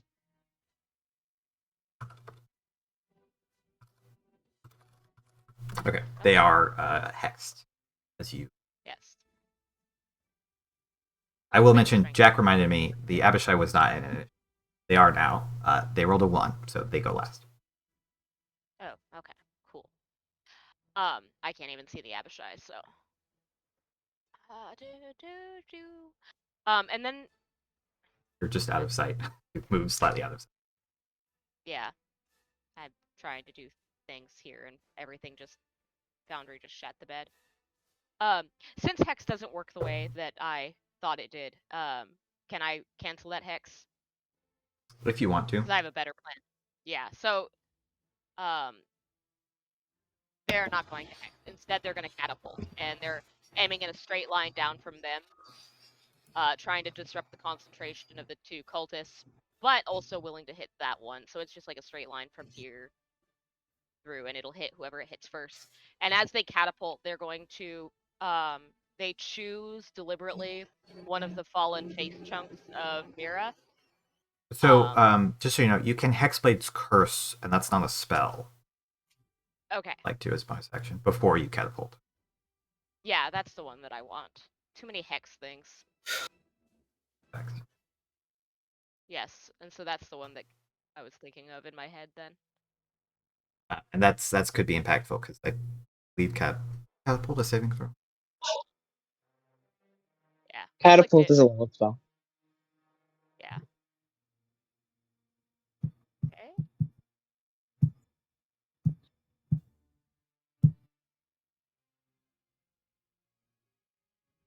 And so yeah, they cast catapult on one of the fallen bits of Mirror's face.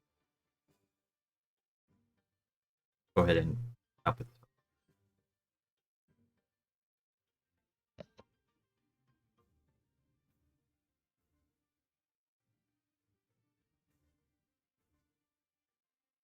And so it'll go Oh, your straight line spellcasting target. is What's one? that should be a What? DC 15. Yeah. Okay. That's okay. I'll just adjust that. I fixed it. Okay. Mentally adjust that.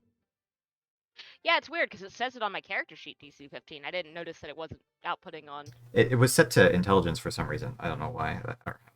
Sometimes, I wonder if it overwrote when I added the Artificer multiclass. Probably. That's probably what yeah, happened. if you got it from Artificer, like while doing that, it will say that it's an Artificer spell.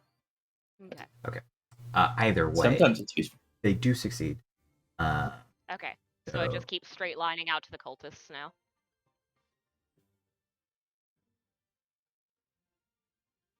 Now, if the I don't know what I was going to say. My brain stopped working.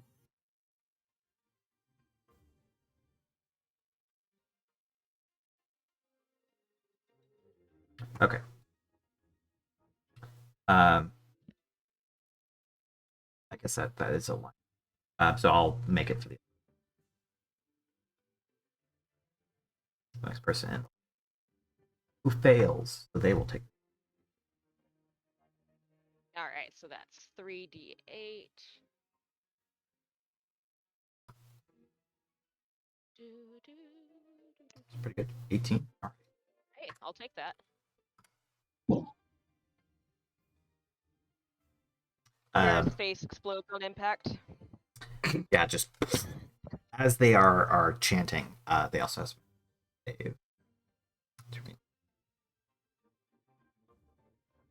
there. The rock hits them straight in the back. Like perhaps a weaker person this might be like a spine breaking blow. But they probably only break some ribs. But they manage to keep their concentration and don't break the chant.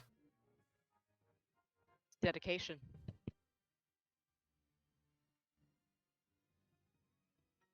Right. Is that your turn? Oh yeah, that's bonus movement in action. Okay. The blue Abishai is also continuing to chant for the time being. Thadon Aspashal. I have to keep thinking of random cool sounding phrases. Henthier, it is now back to you. You can hear new sounds from the room beyond. Something has changed at the battlefield. Are these stairs wide enough that I can just go in a straight line up, or do I have to like do a weird thing? No, you can go. Oh, okay. I know the maps, the tiles are slightly off, but to here and sees that thing, and that's 20 feet. Oh, easy. I have like movement to spare.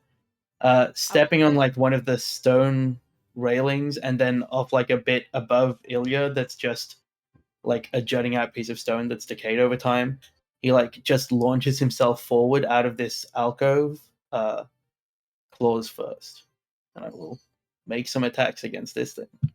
right. Ilya doesn't even react as like the soft whisper of fur against their shoulders just like above them.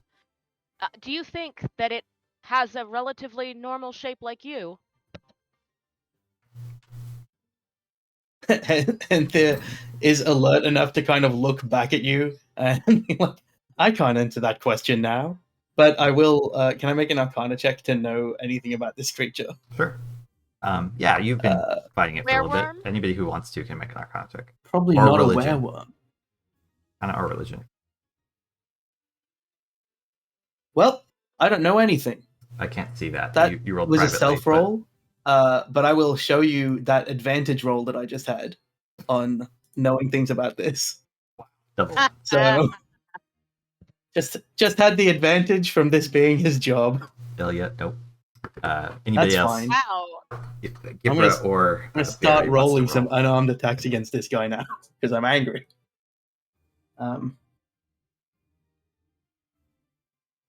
Yeah. Okay. Join us and roll some more knives. Does a 16 hit? No, your first blow, it does land, but this like the worm is almost blubbery as you're using a scimitar, or this is a claw attack, as your claw like Claws. rebounds again. Which are magic, by the way. Okay, good to know. This is a good round. Your last one hits. Great. You kind of go boom, boom, like getting like a good. Okay, at least the damage is the correct amount now. It takes 19 points of magic cold damage. It just like claws this wide, like the blubber catches the first two and just like throws more energy into it and does like this full like Wolverine style spin. All of your Across the damage side. seems to go through. Yeah. That's There's 2 1s in a row and 2 5s in a row. It's a weird round. Did Gibra or Barry want to roll Arcana or Religion on the creature? Or I'll make a religion check. or Basil? This is the thing Basil will know about. I'll try. Do it, buddy. It's your best roll so far. 13. But Gibra, this is a demon. Or not Gibra, sorry. Basil, this is a demon. That's what you know. This is a bad guy. This is a bad dude. That dude. Yeah, he's mean. Gibra, you've heard in the tellings of histories of conflicts between the Church of Mira and the various demon forces, a being, a creature, or perhaps a type of creature, sometimes known as Bathael. They are a greater demon, a demon lord, second generally only to the Narangor, the generals armies, only dispatched under very special circumstances for very special tasks. They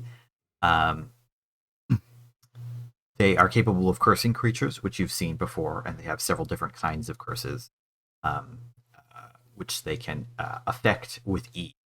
It is not something that they run out of necessarily. They can kind of just, for the most part.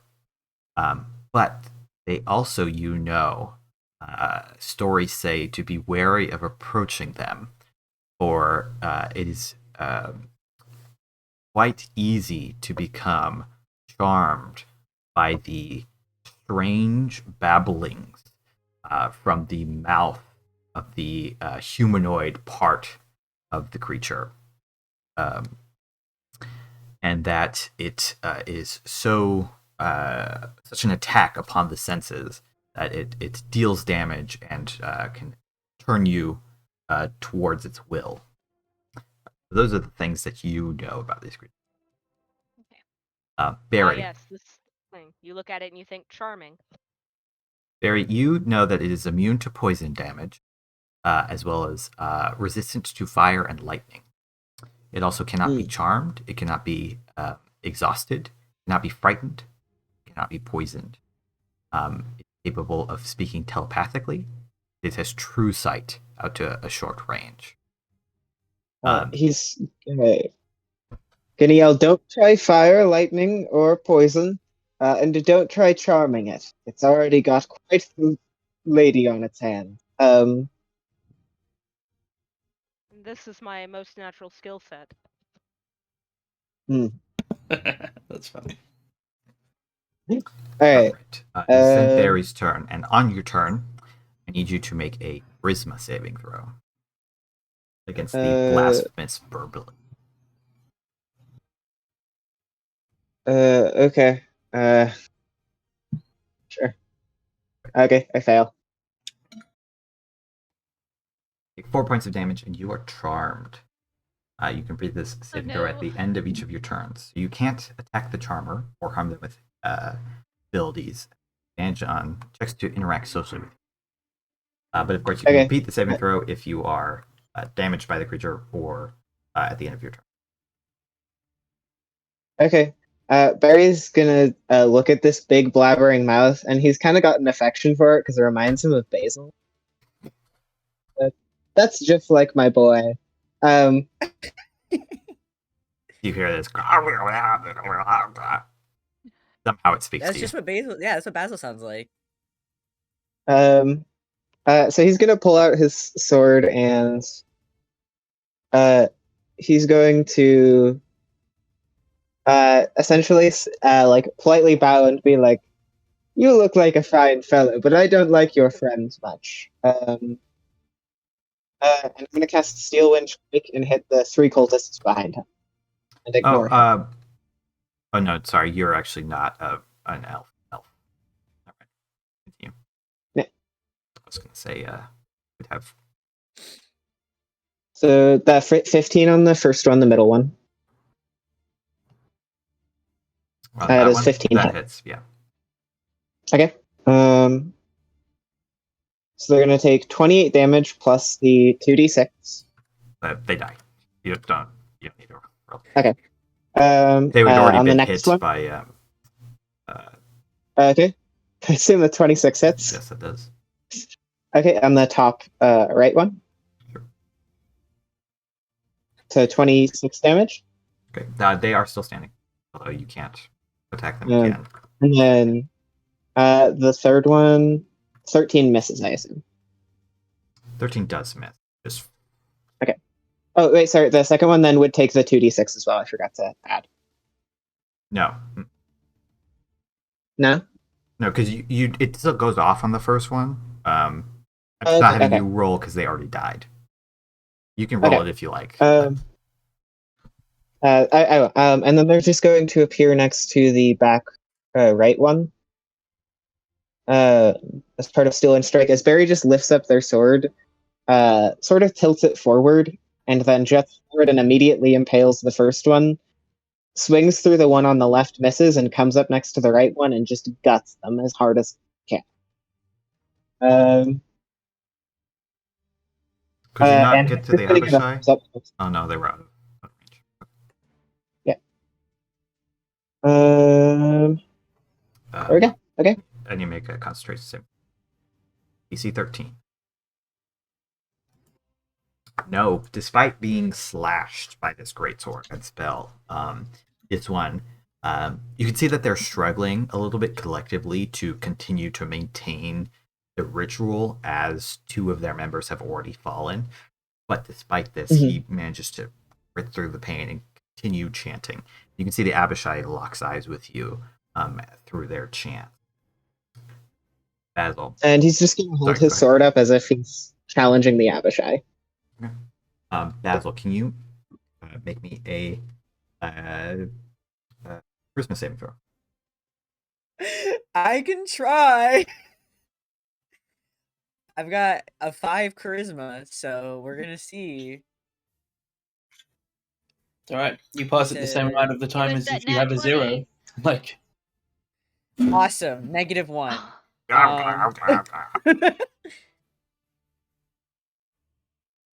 It's pretty funny. Despite the disgusting visage before you, you feel compelled not to attack it. Yeah. It's probably like, oh, okay. Barry just he's part of the family. Barry should get to make a saving throw at the end of his turn, right? Oh yeah. Yeah. Let me make it again. Hold on. Nice. I was just reading. Listen, they didn't. But it says they didn't It's at the end. Sorry, I couldn't remember if it was end or start. I like how Yeah. Basil, and then there's Basil with a lisp playing right after him. Basil. I have to Well, get a he's not 19 or not. gonna- Well, he's not gonna attack him then. He's gonna skitter over here. Forgot that the two of you have Wait, is he awful gonna skitter over charisma saving there? throws. No, he's gonna skitter over This here. party is not charismatic at all. Like I have a +1. No, we're all really Ilya's okay. bad at talking to people.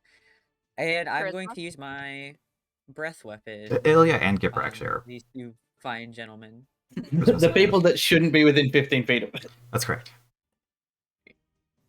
Yes. That's okay. Go ahead and make your attack. There's always dispel magic if need be.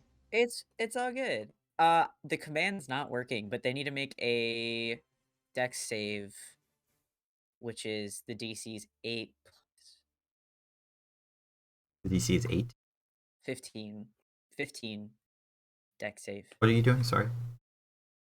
Breath weapon, Okay. acid, They fail. cool. That one fails.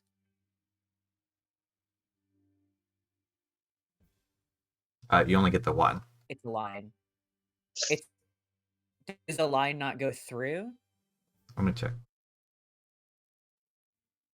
Because if it doesn't, then that's good information. But Let me check. I feel like it's acid. The line I should feel go like it goes through. Sorry, I was thinking that. It's like half of them are cones, so it's like annoying. Oh yeah, 30 feet. No, you're right. I was Cool. thinking it was just out of range. No, yeah, line. No, that one fails as Awesome. well. They both take. The first one, 16 acid damage. Do they both take the same damage, or do you want me to roll twice? No. One for. Okay, cool. 16 acid damage. And does it do something else? Holding on. Yep, that's it. That's what that can do. And then he's going to. They're Man, these guys can really they can really focus. they are huh? dedicated on this ritual right He's gonna bonus action disengage from this guy to avoid the AOO. Actually, yeah, he's gonna do that. He's just gonna disengage. It's not worth it. And he's gonna run over to this guy. He's not charmed by this gentleman, correct? Like he's now. like No, it's doing his just own the thing big over guy here. that you're charmed by. Cool. So I'm gonna get him with my short sword, or try to. It's a +1, which means it's magical, right? It is. However, that is a miss. Awesome, cool. He's just thinking about the giant worm. He's like still looking at it. He's like, that guy's kind of cool, actually. Yeah. Barry's like, maybe we take that worm home. Maybe he's part of the family. Maybe we can take him home. Maybe he'll help us steal stuff from rich people. But that is going to be his turn. All right. You make a save at the end of the turn. Yes, you do make a. Oh, oh yeah. How could I forget a charisma save? Surely you'll make You- this one. You fail every roll you don't make, right? You actually True. can't make the save. You cannot make Well, the they save. can roll a 20. I can't. They would have a 19 on a nat 20 though. Yeah, but it would. It would still be a Whatever nat you 20. It use. doesn't matter. Oh, are we do? We use that rule for every game that Andrew runs. That's my turn. The only thing it sometimes doesn't apply on is for skill checks, but it's pretty rare that would happen. You shouldn't be making the skill check if a crit doesn't say, do anything. I usually would just can't. But yeah, saving throws, attack rolls, it always goes. The creature then is going to go.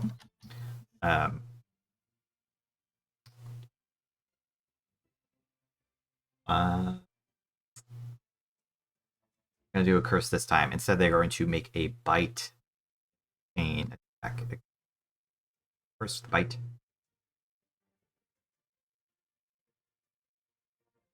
Who are these against?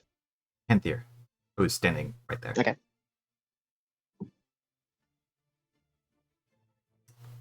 You take 16 points of damage as this worm-like mouth just opens up, tongue. to bite down on you. They're going to just kind of bring their chained fist. They're not trying to whip you with it because you're standing next to them. So they're just going to try to like punch you into the ground with it. Missing. You kind of move just out of the way enough that the blow hits slamming into the stonework. It's gonna be their turn. This guy, Yipra. Then back to you.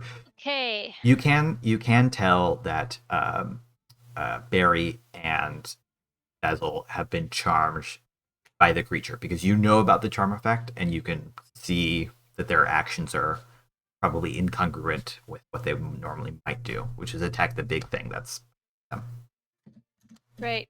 If only I had removed curse prepared. Oh, I'm sorry, Basil. Or no, I guess they're charmed. So Before I forget, you should. Yeah, I didn't want to accidentally just not take any damage. That's it. And the psychic. I don't think you rolled the psychic either. Okay. Kill him! Kill Basil! No, I'm just kidding. if I prepared, Let it's me fine. slide. Okay. Don't kill my baby boy. Don't worry, the worm is He's not- the he's replacement son. So you take. Oh, true. Half of 23 would be 11. So 11. 17 points of damage in total. You do get another save against the charm because the acid is affecting you, and you know it was caused by the guy. Okay. Sorry to interrupt your guys' turn. 16. Close. Gibra, go ahead. Sorry about that. Gonna bonk it again with my spiritual weapon. We're gonna try. At least this hammer can't be charmed. That's true. Right? You don't Oh, know God, where that. did it go? Ooh, I scroll the wrong way. Attack.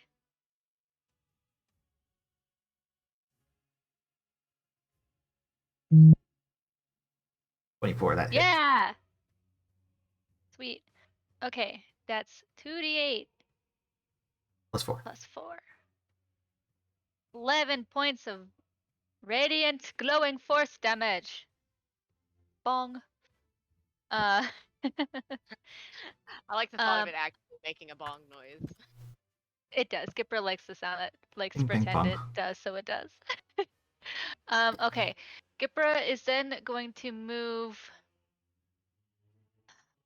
Oh, what's my speed? Is it 20? Oh, I will I'm say, 25 feet. Oh, after this blow, it's not bloodied, but you are doing damage to the creature, Okay. already. okay. Not wanting to Noticeably be in a wounded. big ol' line of people, Gipra is gonna move. Whoops.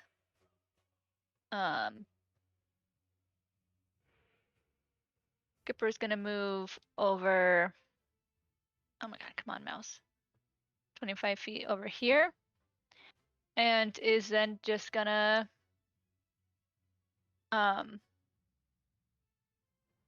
since that's a bonus action, does that count against my high level casting for this turn? You don't cast a No, spell this it- turn, you're activating an existing spell. Yeah. Okay, so I can cast a high level spell this turn. Make an Still, if I want insight to. check. Sure. That's funny. Okay. Did it go? No, I don't think it went.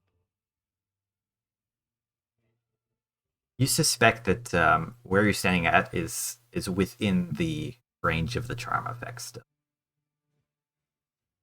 If you were to stay there for too long.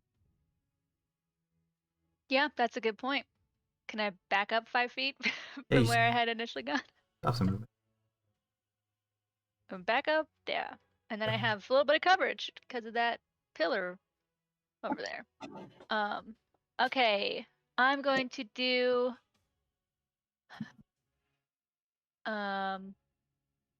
let's see. Spells.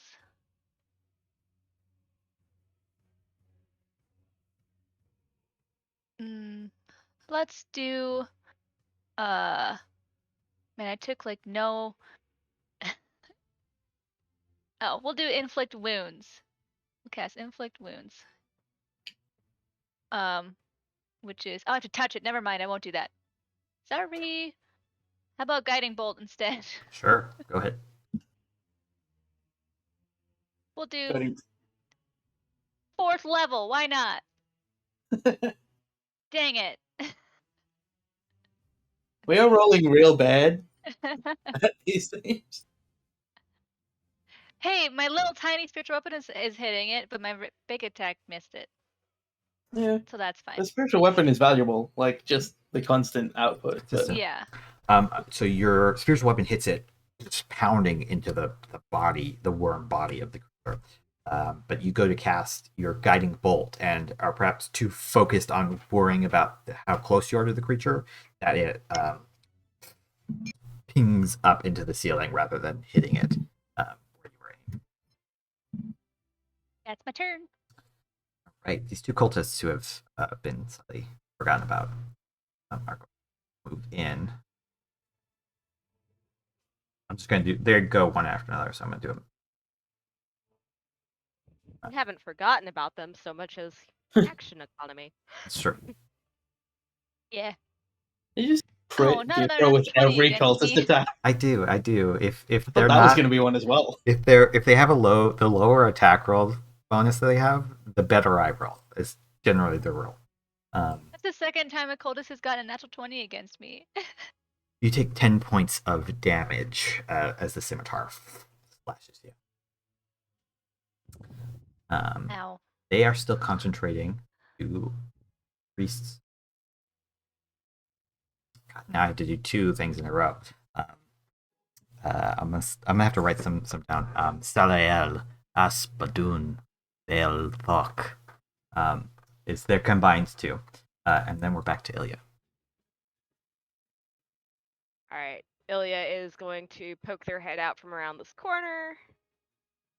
Take a quick lay of land, because token sight is a bitch. One moment. Okay, yeah. And then, You have actually, charge. I mean, not the most powerful, but you have killed and severely damaged most of the creatures. Yeah. Is this blue sigil on the floor? Does there any does Ilya get any indication that they shouldn't step on it, or I mean they've seen the others step on it and there's no problems, right? Make an Arcana check. You have seen the other stuff on it, and they haven't had a visual issue. I would also describe it as purple. Not that that matters.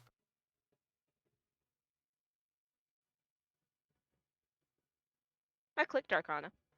13. We'll see about it if I get to make a check. You doesn't output the total, but Nope, there it is. 18. It's rolling. You don't think that stepping on it is going to cause issue, unless you were standing in the circle when it went off. It's more to aid their casting. In fact, if you could disrupt it somehow, it seems painted with the paint is dried, but if you could disrupt it significantly, it would probably break and significantly interfere with their casting. But you don't think All stepping right, on it at this time is going to be it. All right, so this one is a DC 13 because it's going to be a Tinker, the Artillerist spell, but Ilya has these little leather wrist straps almost, and they reach down and unbutton something on them, and as they twist in a quick circle, a fine dark powder spills out around them, and then they drop something at the end of it and stomp squarely on it with their boot, and Thunderwave ripples out 15-foot cube around them. Does that hit your allies? Shouldn't I think I stopped myself early enough, but let me see. 10 or 15? It's 15. I might not have stopped myself early enough. Let's see. Hold on. Yeah, you would definitely hit. It's a 5-foot point of origin around you. You don't have to center it on yourself, though. It says so originating from you. Thunderwave? Yeah. It originates from a 5-foot space around you. No, that is not what the spell says. It says a 15-foot cube originating from you. Yeah, you can place it like the cube around yourself in different orientation. No. That way you don't hit yourself with the spell. Like you mean like a Okay, so Can you place the template how you mean? Because I'm not seeing what you say. I think they're saying you could put it next to you as opposed to being Yeah, next to surrounding you, you. around you, not like put yourself in it. I've Originating never like from you. had anybody use it like that. That's how all cubes work in 5e. It just never comes up because people are just like, well, it just emanates directly out from me. That's just what I've always. I'll say you could do it this time. It's because cubes are dumb.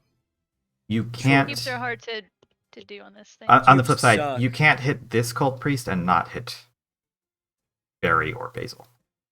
If that I'm willing matters, to hit one cult priest and the monster and avoid the teammates.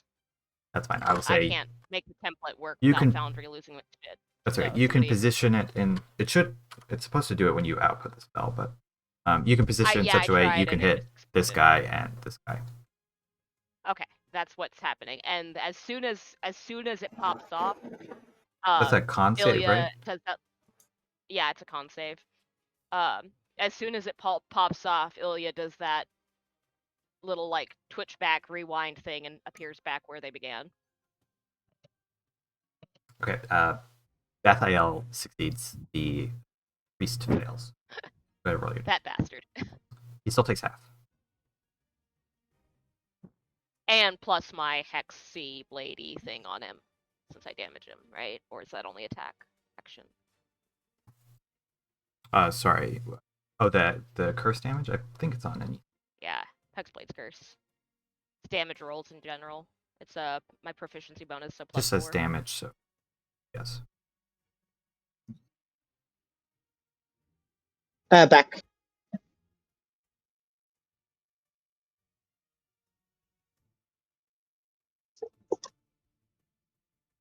Alright.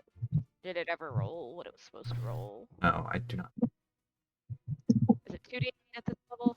I can roll it manually if it won't output the character sheet.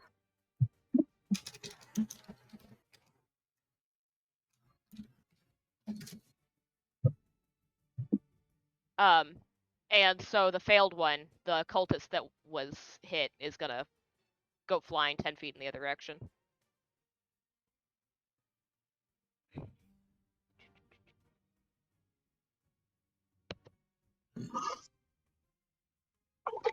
You can roll if you have physical dice. You feel free to roll that damage. Ah, there it is. You always roll well on d8s, Charlie. They're my lucky dice. It's just how it is. 6. D20 is no. D8 sure. I did quickly check. Sage Advice does say that it is cast on the face of the cube, not you are in the center, which feels weird to me, but that's apparently the more only reason official I know version. that's how cubes work is because in Ren's birthday present, the DM screen has like, well, this is how cubes work, and I looked at him like, what? It's weird. Okay.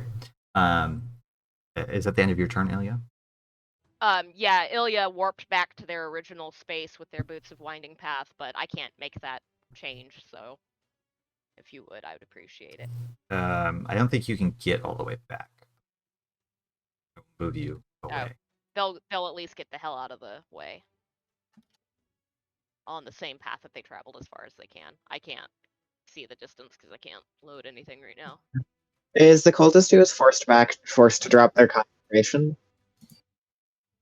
Like, do they have to They be have in to- that spot to do it? No, they have to make a con save, but the positioning is not 100%. Okay. I'm closing out Foundry now that I've turned to see if I can. They do have her drop concentration because they failed their concentration check.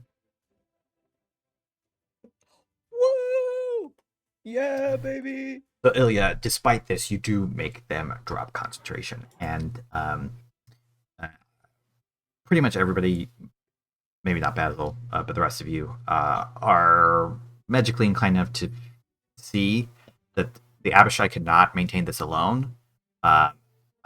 Neither could the cultist. If one more person dies, the spell is going to fizzle. What is the blue Abishai's turn? They were going to do something else, but since all the others have, they have to keep concentrating. Just going to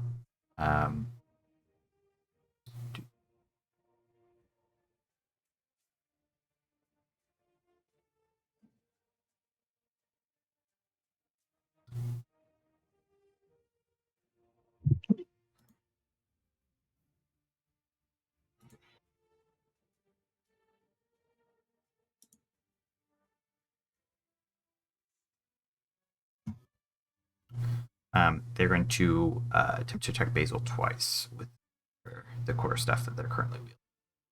Get him. Kill him. His AC is 20 right now because of haste, by the way. It's pretty good. They're probably That's going to my miss. boy. I mean, I don't want to have to revivify you, but I can if I need to. Get him. A blue Abishai isn't going to do enough to kill Basil. No, they Get him miss with the their core fly stuff swat. anyways. Okay, they both. Okay, that's both hits. That's their turn. And Shit. Beer, I need you to make a charisma save throw. Before I make the save, I have a question about Yes. if I'm allowed to voluntarily fail saves. You can always voluntarily fail save. Great. That's not for this save, because obviously I wouldn't, but it is for a later save, because I have plans. But I'm just going to crush this. Charisma, Yeah, right? I think it says that. Oh, the save. Yeah, I assume so. There's a thing about it being GM discretion. I should have advantage. I clicked it with advantage and it didn't roll it. I'm going to roll it. Roll again. Nah. Alright, well, I'm going to go murder that other cultist. Just run over to this cultist and start laying into it with my...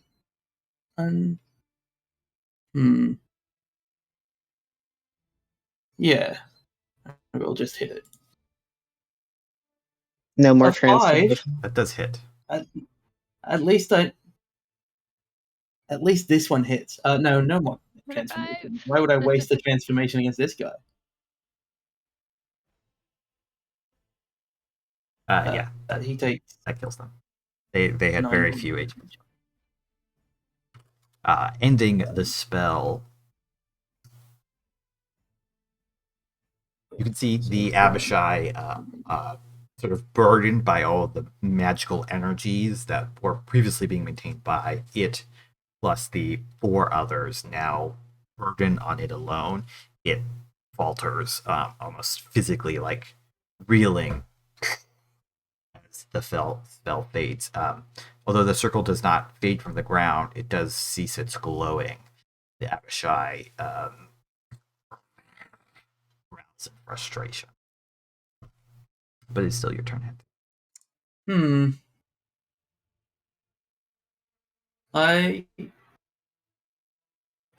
Does Charmed stop me moving towards it? It doesn't, right? No, you can move any which way still. You just can't attack it. Can't attack. And, alright, I've moved 20, so I'll go up and hit this blue Abishai a few times, I guess. So that's 35. I'll make my other 2 attacks against that.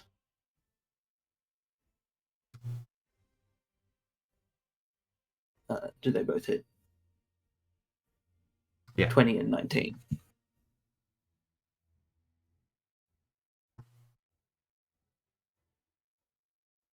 So a lot of d8s. Wish I rolled as well as Charlie. 26 damage total. He just like kind of drops down to all fours and brings both claws up at the same time as like 2 raking uppercuts. And then I'll just walk away from it. Like, what's it gonna do? Be a garbage demon? Like,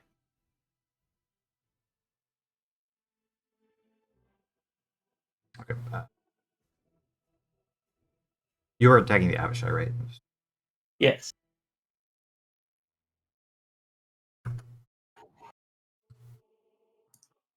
Slightly less.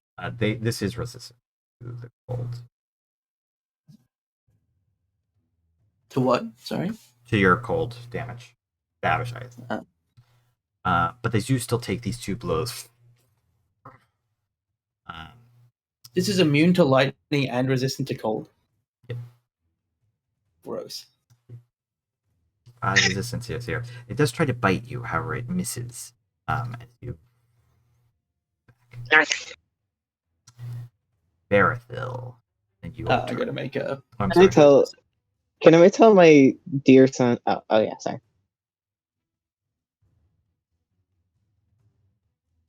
Sorry. Go ahead. Can I tell my dear son looks to be cursed from some sort of acidic poison? Yes, you knew that they were cursed. Okay, would it be going against the charm condition that Barry isn't trying to remove the charmed? That would just be a byproduct of remove curse. They're just like, I'm removing the thing that is actively hurting. There's nothing. But remove curse. Yeah, there's nothing in the wording of charm that says that you couldn't Okay. remove a harmful effect that the creature who charmed you did. Okay, so I'll use remove curse, and that ends all curses affecting the creature. You are no longer Basil. You are no longer cursed. Does that affect the charm at all? No, it's specifically a curse. Yeah. Which what do the you charmed effect is specifically not. Okay. Can I make an Arcana check as to what would remove that? You don't have to make an Arcana check. Dispel. Okay. I think pretty much the Uh, only spell. okay. Yeah, I think it makes more sense to use remove curse here because Barry just thinks like, oh, this is just somebody who's suffering from like an ailment. I'm trying to get rid of the active damage. No, you definitely do that. You clear the acidic, boiling Uh. curse that was placed upon Basil. And then Barry's just going to walk up to the Abishai and seemingly charge their blade with some sort of magic. I'm just going to spend a first level slot for my one feature, and then I'm going to make my Christmas save. Failing. So still current charm. And then that's my turn. All right. Oh, the charging of the sword was just for the other thing. I was waiting for it. Yeah. Basil, you are no longer cursed. Basil's Make the. Oh, you're Cool. sorry. You already did it. That's go ahead. Sorry. I was gonna tell Sarah to make the Christmas save, but they. Oh, okay. He's gonna drop his short swords and pull out his rapier. He's just gonna like put them on the ground because putting them away and taking out a rapier is too much action. So he's just gonna put him on the floor for now. He'll pick him up when he's done. And he's just gonna go with his rapier.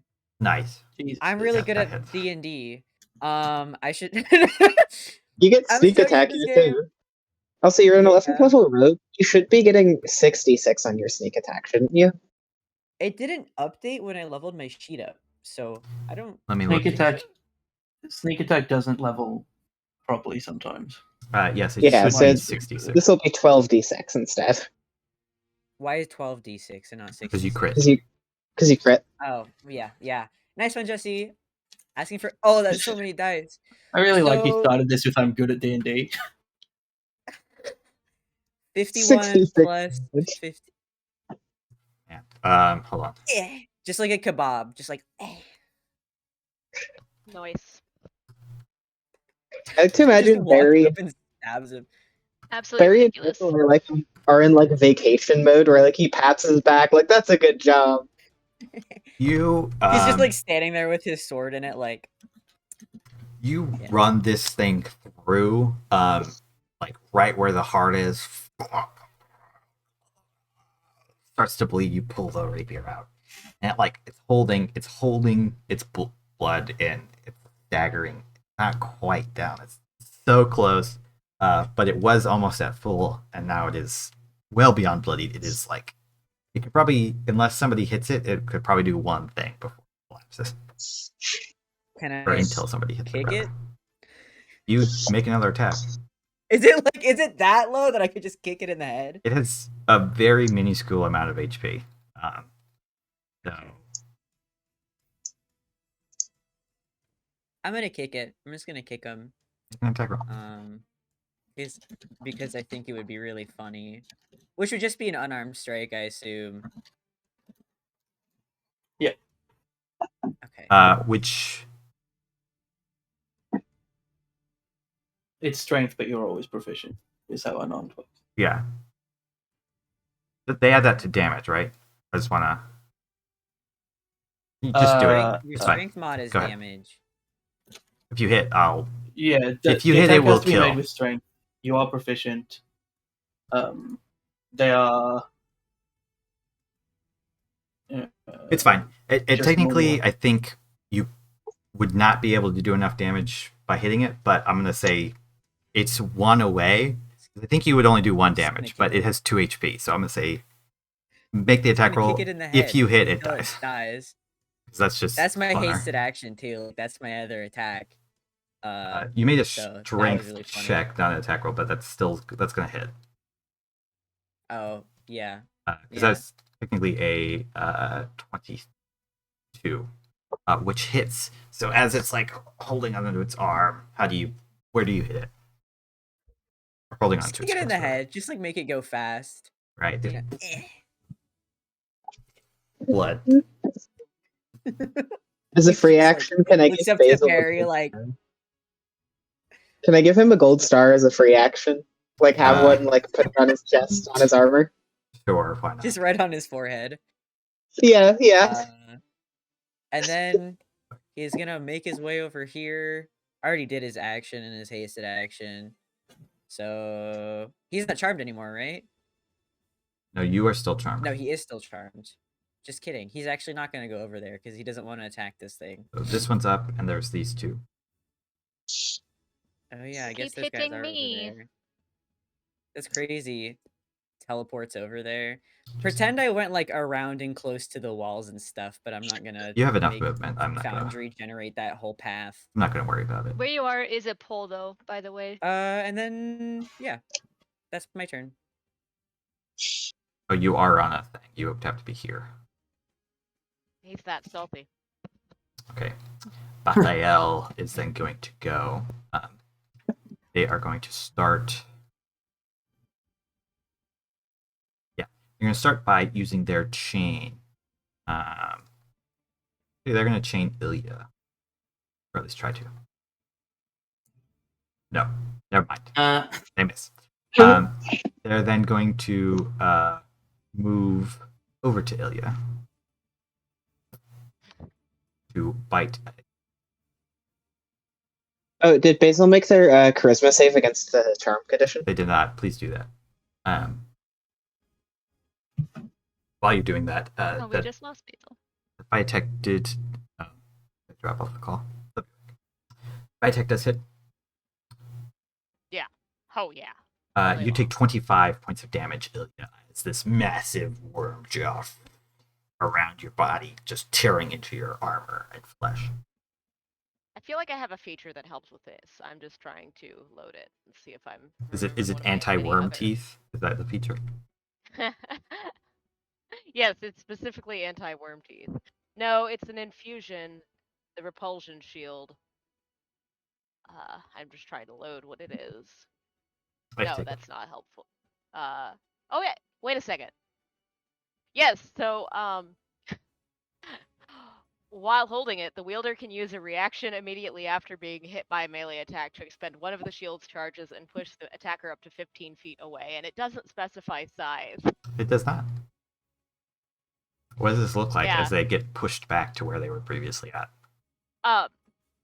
So this is another artificer thing, one of those things that Henther has probably seen Ilya semi-furtively working on late at night. And they're still not wielding their pact blade, so they just lift up their arm as they're getting hit, and that strange little shimmer from before appears. And then the next thing, it kind of looks like the worm animates the same way that Ilya does when they step back. But it's clearly against the worm's will. But they take all the hit.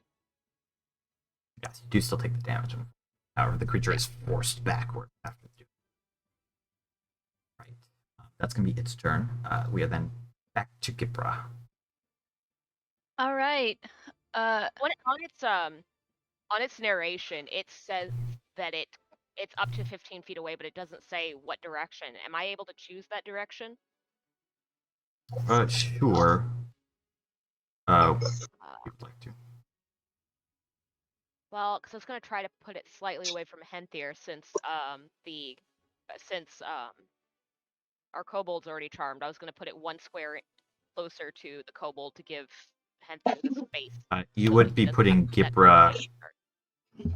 in range on the turn that they would have to make the save.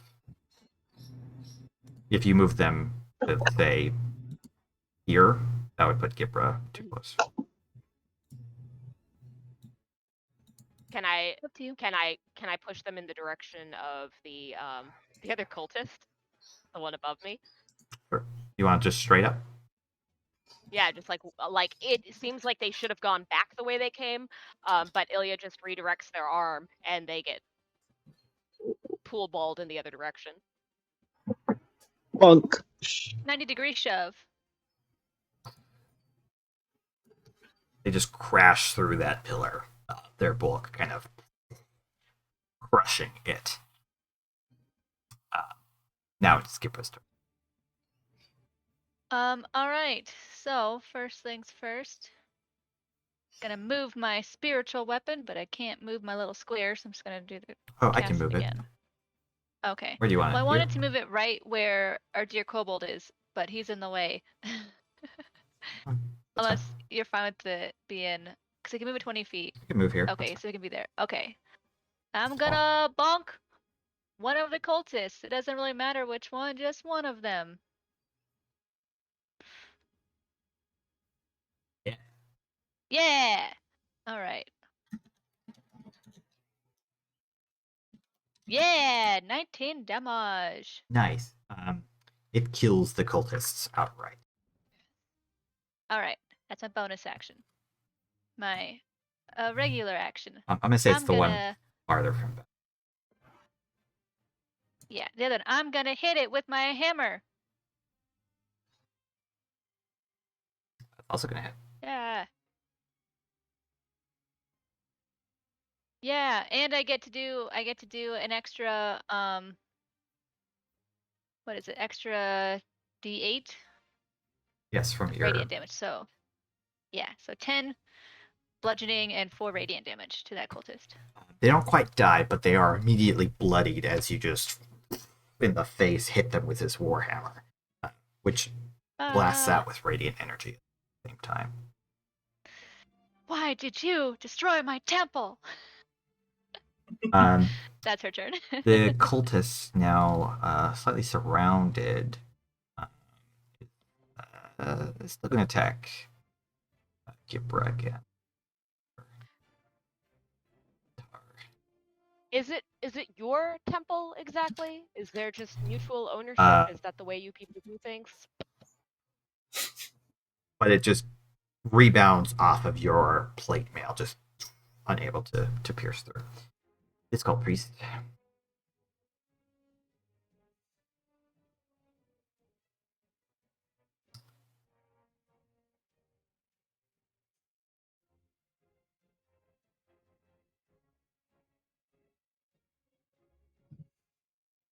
Going to move down to Ilya.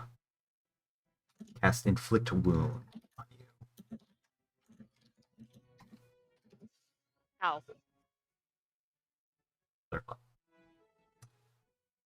However, they are unable to grasp you. You back out of the way. Spell not able to find mark. That's their turn, and then it's your turn. I need you to make a saving throw against charm. Okay.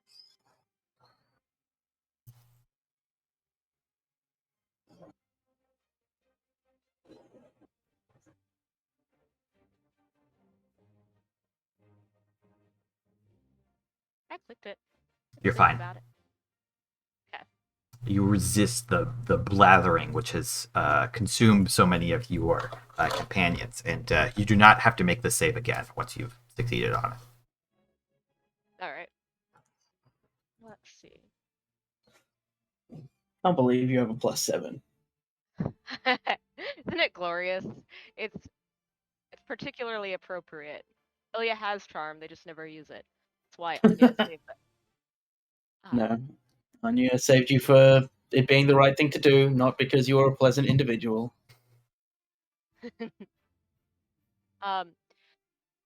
Is the guy that attacked me looking pretty hale and hearty, or? No, he is bloodied. He has taken a fair amount of damage. Forget from who, but from Barry from Steel and Spiritual weapon It's, as well. yes, and Yeah.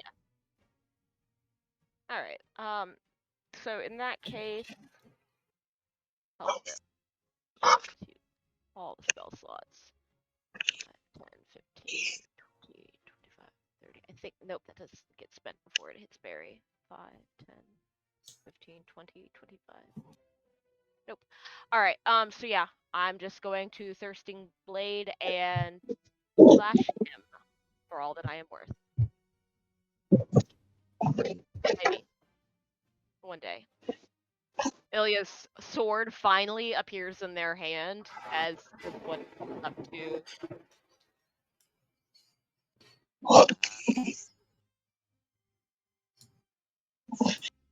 And they just make a pass at those reaching hands. Okay, go ahead and make the attack roll. Attack rolls. I am. I Say have what? done. Charlie. Your first blow against the ground, missing entirely. Yes, I see this. I like that I get to hear you narrate the disaster before I watch the disaster. Your second blow, however, lands, cutting into the priest.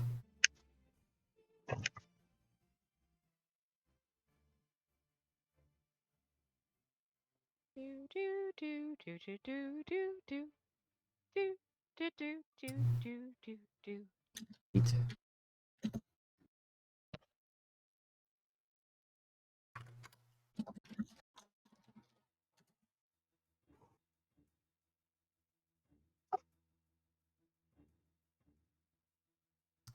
I get extra damage from something. I They're have. not hex. This is a +2 weapon, but this isn't the thing that has been hex bladed. Oh, so it's okay. Your bonus is set up wrong, because you should have another +2. Okay. Fix that real quick. My proficiency's 4, my strength is 3, and then whatever you gave me. So it should be the D8 plus your initial mod plus the +2 from the weapon, which is enough to kill them. Was that is or isn't? It is. Yeah. All You right. can describe That their was death. worthwhile then. Ilya just after the first miss, possibly caused because they were aiming for somebody that was trying to cast a touch spell on them. They just spin their sword around and just remove both arms at the just above the elbow. And then immediately step quickly out of range of the worm creature. Like they've already stopped thinking about the cultist the minute they've disarmed him. Okay. They just they're standing there for a minute, as the arms fall, flopping on the floor before they do the to the knees and then to the ground.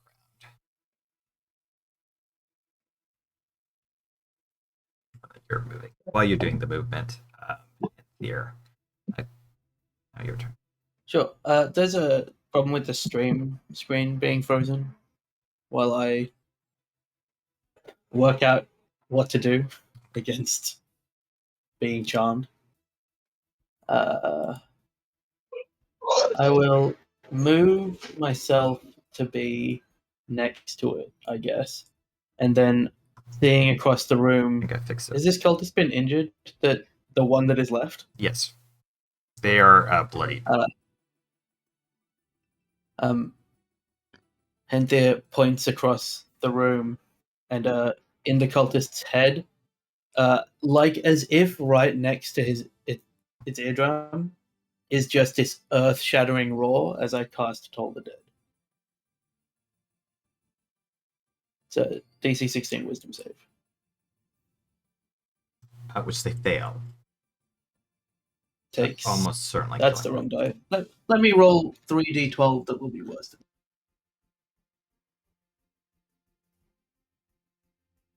Same, 50. You can describe how Toll the Dead kills this one. There's just this moment where its eyes roll back into the back of its head, and then blood just starts pouring from that the eye sockets as it falls forward. It's 800 and something years of practice casting an elven cantrip. Well, it works. When it works, it works. And then I'll turn to face the thing that I'm charmed by. Make a saving throw. Oh yeah.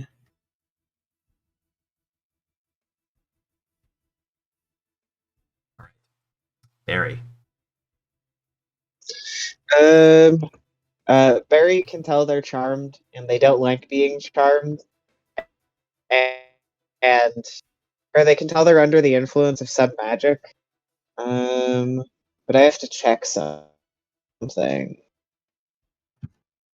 Sure. I'm gonna choose to dispel magic at 5th level, whatever is on me.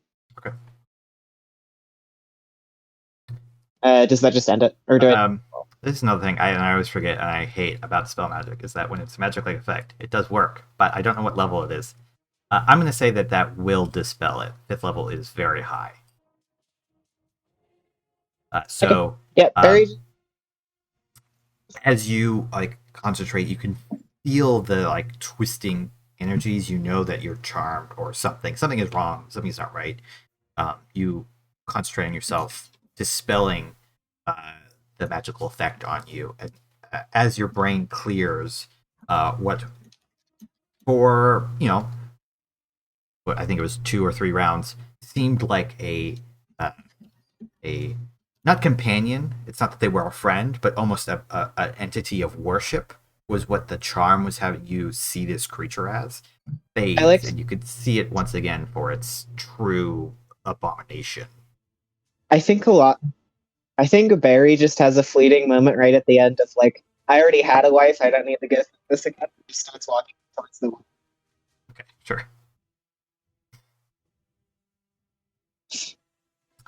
And he just looks to there and just points to the worm and is like, "Are you going to attack it or?"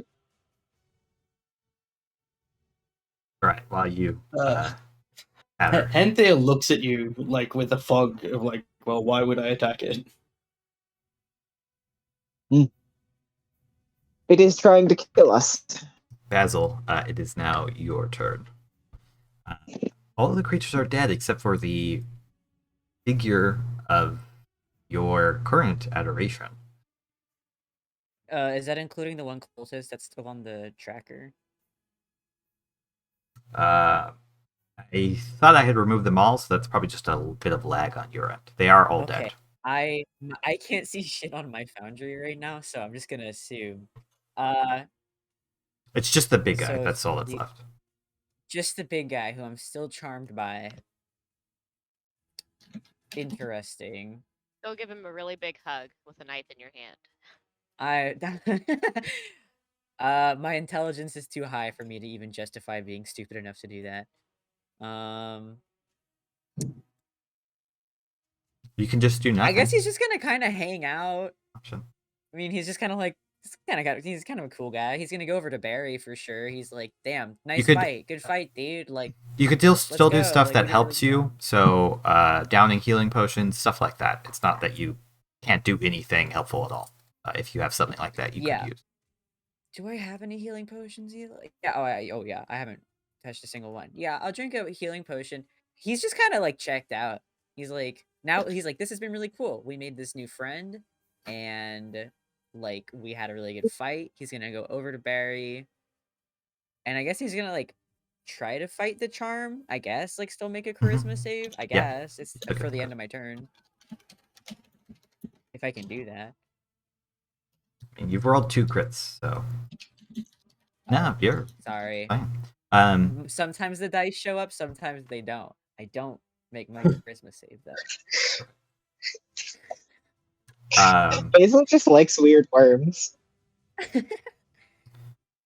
Yeah, he's just gonna go over to Barry and just noting. Awesome. We did a really good job, guys. On Bathael's turn, noting that Barry has ended the charm effect on it. He is going to point and curse you with a deafening curse. I need you to make a Constitution save. I will counterspell. Not a spell. Oh, it isn't? Oh. Okay. It is an innate effect. The dramas are so real right now. Oh. I'm sorry, curse me or curse Sarah? Barry. Barry. Is what okay, what kind of save? Constitution saving throw. DC 18. Okay. All right. You're going to take 10d8 points of damage, thunder damage. Wait. Is Warcaster concentration on concentration saving throws or just It's on all just cons? it's just concentration. It's not Constitution throws. Okay. I Okay, believe. so how much damage? 46. Yeah, Okay. just concentration. So as the arcane ward breaks, Barry is going to reach out a hand, and almost like the aura of all of this damage he's taken gathers together, and then he crushes. And the creature will take 4 damage in return. Right. It is hurt by this as you force it back, but not quite as hurt as you are, as the curse just like blows your ears out completely. You start to bleed from your ears slightly. You are deafened, and you are so shaken that you have disadvantage on attack rolls until you save through this. You're definitely didn't have disadvantage on attack rolls because you're basically shell shocked, flashbanged kind of thing. In addition to the thunder. Okay. They are then going to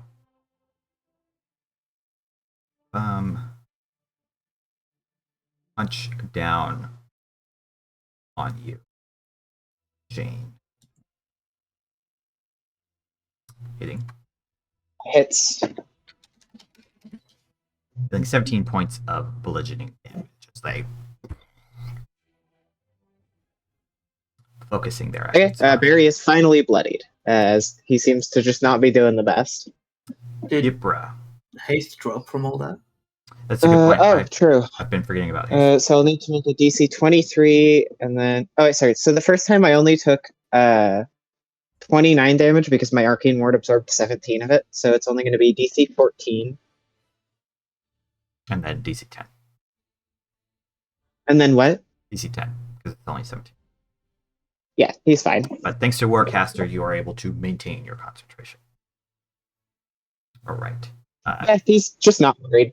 Yipra, it is then your turn. You can tell that Henthir and Basil are still affected by the charm. If you have something that can help them with that, either boost their saving throws or something like that. Otherwise, do what you gotta do. Well, my foundry is still, I had to reload it and it's still stuck at 98%, so I can't see anything.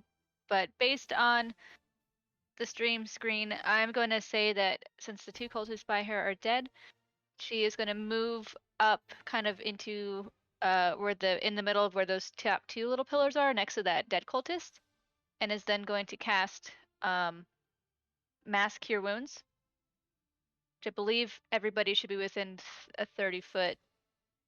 There's certainly a radius. spot you can get to. Nice.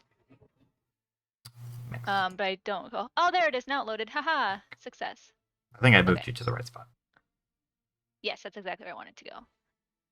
Okay, so let me roll that.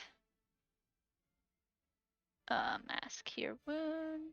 Did you want to do the special ability? Yeah.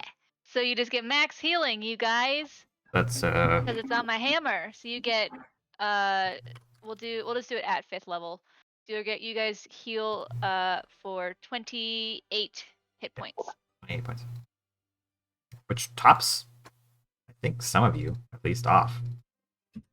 Tons of healing. All right. You still have a bonus action. I don't think your spiritual weapon can move that far, but you can start moving it.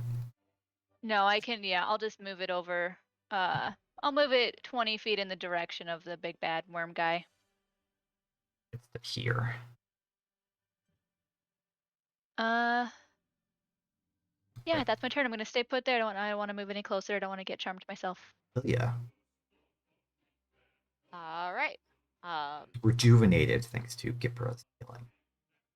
Yeah, I didn't see how many I was rejuvenated by. 28. 28. Got it. Cool. That's nice.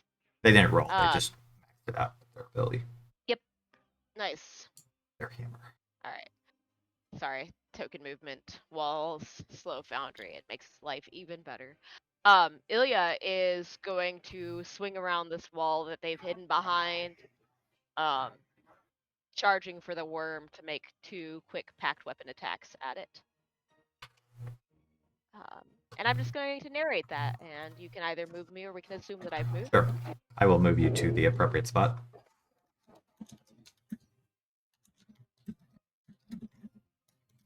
Oh yeah, 19 hits. I'm not sure if that's a 4 or an 11, so we'll wait and see. You got at least one hit. And then that's plus. And that's plus. Oh, the, that's actually a crit because they yeah, are cursed by I was you. gonna say I've got my deal on. So yeah, that crits him plus the is it proficiency? Hold on. So those both hit. Cool. Damage rolling. 2, 2.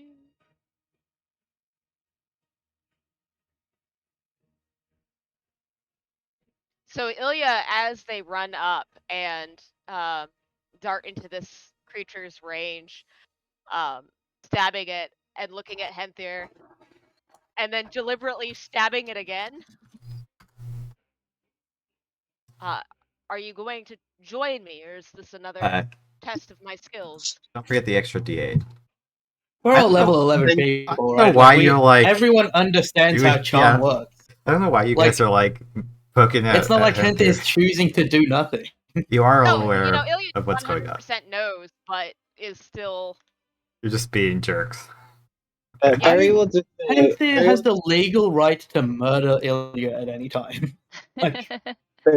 Barry will just say A to Ilya, I'll take care of this in a moment. He Alright. seems very resigned. Ilya is going to, like, very, very much sigh at them and pop back as far as they can get. Right. I'll move you back to where you were. And that's with the. Is that the? It didn't roll for the crit, but I'm assuming you calculated that in. You rolled an extra D8. I saw it was a 2. Okay. Oh, but shouldn't this will be important for next turn. Didn't Basil say they moved up next to Barry? Yeah. I did did not. say that. I did not hear that. Yeah, I was like, oh yeah, he he did. meanders over to Barry because he's like, oh, we're done. Wait, plus, He's like, he plus thinks we're straight. done. Thank you. They're actually bloodied by your second strike then, with that extra 8. As you slash them. That's fine. I mean, you have tons of movement, so. All right. Coming back around to Henthyr. Henthyr knows that he's charmed, right? Like, Yes, you are aware of the charm effect. then he literally just sits down in front of this thing, like it will end when it ends. All charm things have a time, and then I'll kill you. Okay. If you just sit down and do nothing else, I'll let you make 2 saves this turn. Sure, I don't have anything else that would do anything. So No, that's fine. Right, the good ability for the creature. There you go. I did get a 20, Yay! as it was going to be resolved a different way. At the end of your turn, you sit down and you're like... You're familiar with curses, with spells, and how to manipulate them, and once you take the time to do it, your mind is freed from this effect. And you can see the creature once again for what it is. Therathil is then your turn. Barry just puts a hand on his wonderful friend and just says, all right, this has gone on long enough, and I'll cast Dispel Magic at 4th level.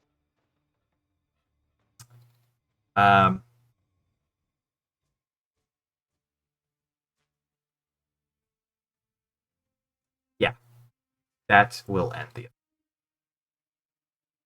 Do I make a con save against the previous effect as well? What? The blinding effect from earlier, do I make a con save at the end of my turn? End of your turn, yeah. So if you're not doing anything else, you will.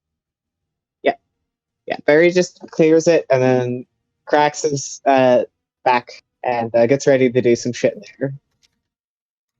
Succeeding. And as you he just free rubs yourself. his eyes out. Kind of rub your ears where the blood was pouring out. Yeah, yeah. So Basil, you felt Barry touch your shoulder briefly. The magic fades. No longer before you as a friend, but instead it is a demonic being of immense power, which is probably going to try to kill you right now. But it's your turn before that. Cool. Yeah, he's just hanging out, and then Barry's like, "Hey, listen, Chief," and Basil's like, and he like points at the guy, and he's like, "All right." He's gonna go in with his rapier because he left his short swords on the floor all the way over there, like a silly little man. Even though he told himself he was gonna pick them up later. I thought that was going to be another 20 for a second. That does hit. you wish. Does an 18 hit? Yeah. Cool.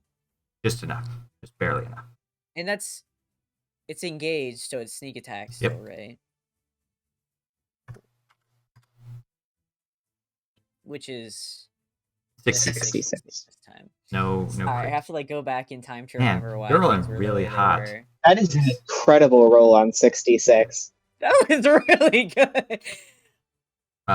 So you walk up and like just you're kind of having to jump a little bit, but you stab into the torso, not the worm. You actually get up to the torso of this creature and slide it into where the kidney should be. You're not sure if this thing has a kidney, but you slide it in, pull it out, and black ichor spills away. You still have an offhand attack if you would like. Hasted action. You're no longer hasted. Yeah. Oh, that's I'm not right. hasted anymore? You should have lost No, you still are. turn. Oh, you succeeded on both saves. You're right. I'm sorry. Yeah. I am? Being forgetful. You are still hasted. You're still hasted. Very successful. Okay. Don't scare me like that. I'm going to do that again. I'm just going to do it again. Just the exact same thing. But you won't get sneak attack. Make this combat end. That does hit. Oh, that was almost a crit. That would have been so funny. Oh. This is just weapon damage, no sneak attack. Yeah. It's 12. Then right. 12 additional piercing. He's just gonna stab the hole again, just like the exact same place as before. He's just stabbing the kidney more. He's just gonna go through eventually. Instead of going to the hilt, you now go to the elbow. Is this a lung there? Can I get one of those? All right. That's his turn. Nathael's then going to go. Ingrid, having all of its charms dispelled or faded by Barry, they are first going to do a.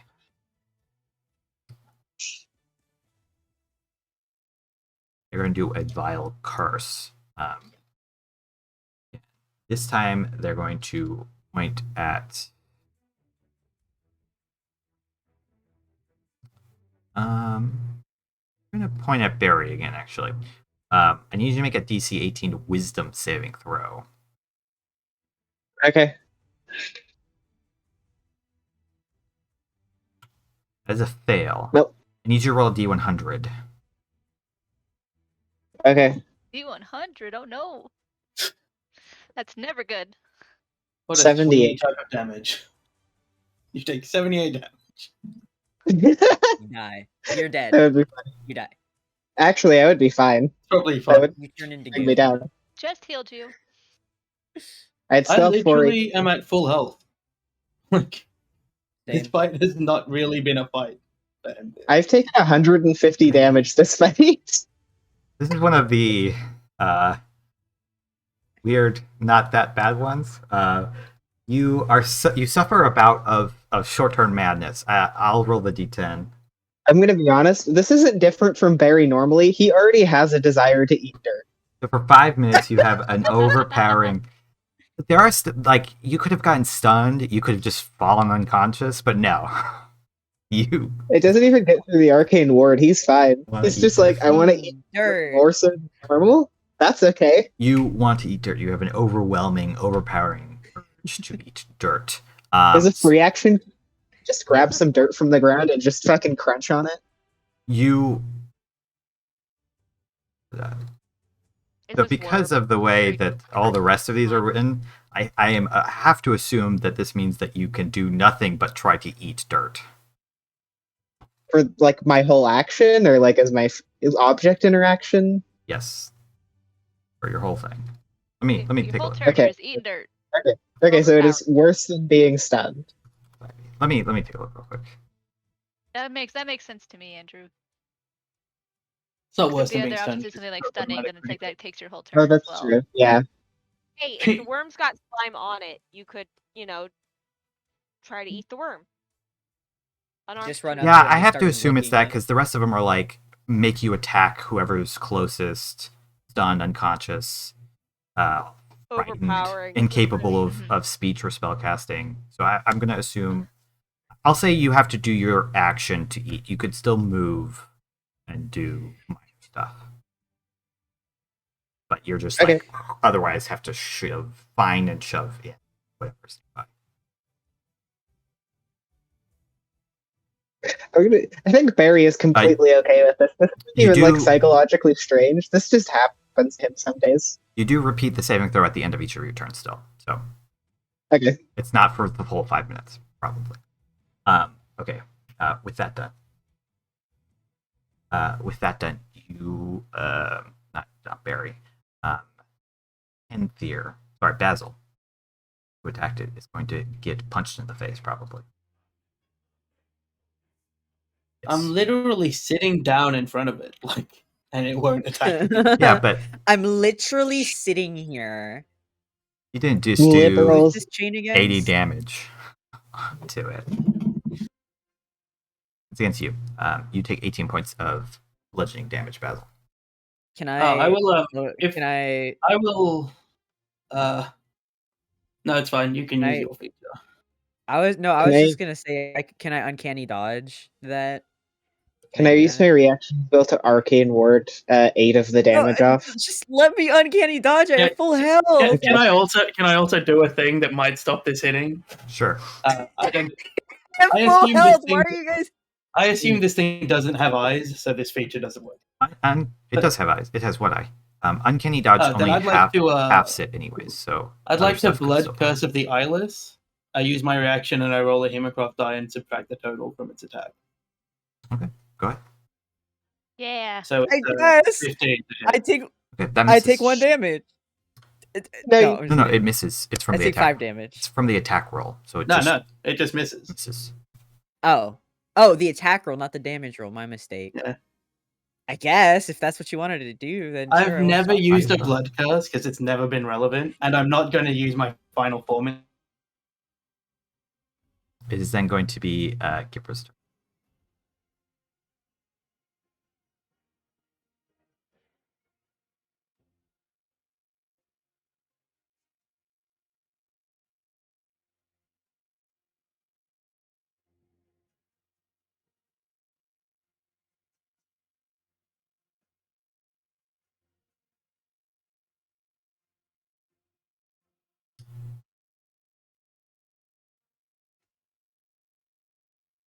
No, did we lose Maddie?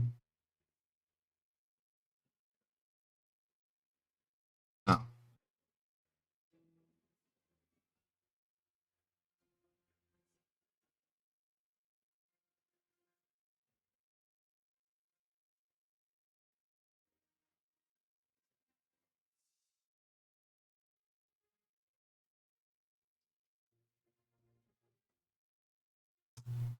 I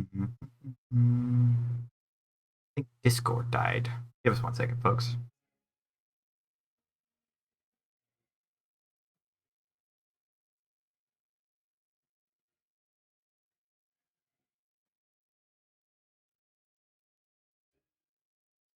Okay.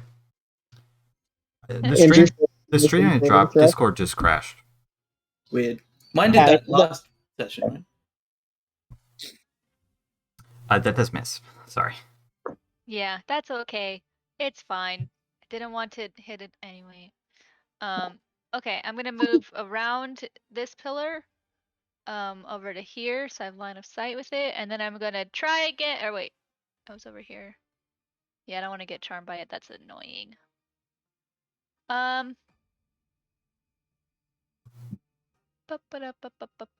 What do I want to hit it with? Oh yeah, you're the only one who could still be charmed. Guiding bolt. There you go. Fuck it, why not? 3rd level. Yeah. That hits. God dang it. I want to hit something. Everybody's just getting his ass. 16 radiant damage. Ah. And now the That next is attack has the opposite of one of advantage. Jesse's rolls. Yeah, that was really not very good on 66. Yeah, that was, oh wow, that's 3 2s. Yeah, that's sad. The next attack has advantage as this gigantic worm creature is now glowing. Going to be Ilya's turn.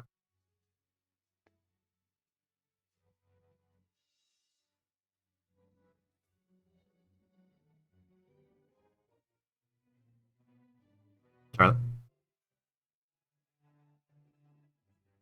I'm still here, right? Hello. Okay, yes. Okay, can you all hear me now? Yes. Yes. You're still quiet, as you have been Sorry. all night. All right. Ilya, very surprisingly, is going to sprint up and stab it again. Twice.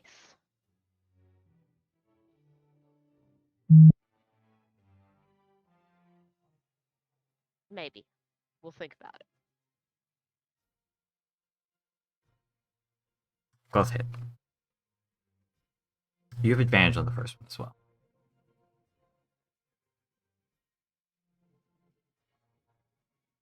Did you say I have advantage for some reason? Sorry, like it's Guiding Discord is bolt. really bad right now.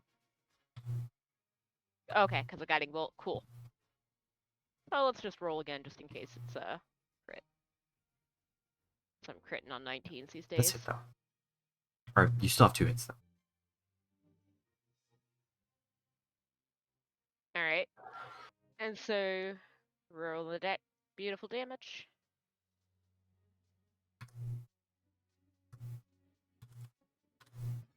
And it's still got the +4 for each attack from the proficiency on there. And I don't know, did you ever fix the 2 in the... I did. How would you like to kill Okay, this?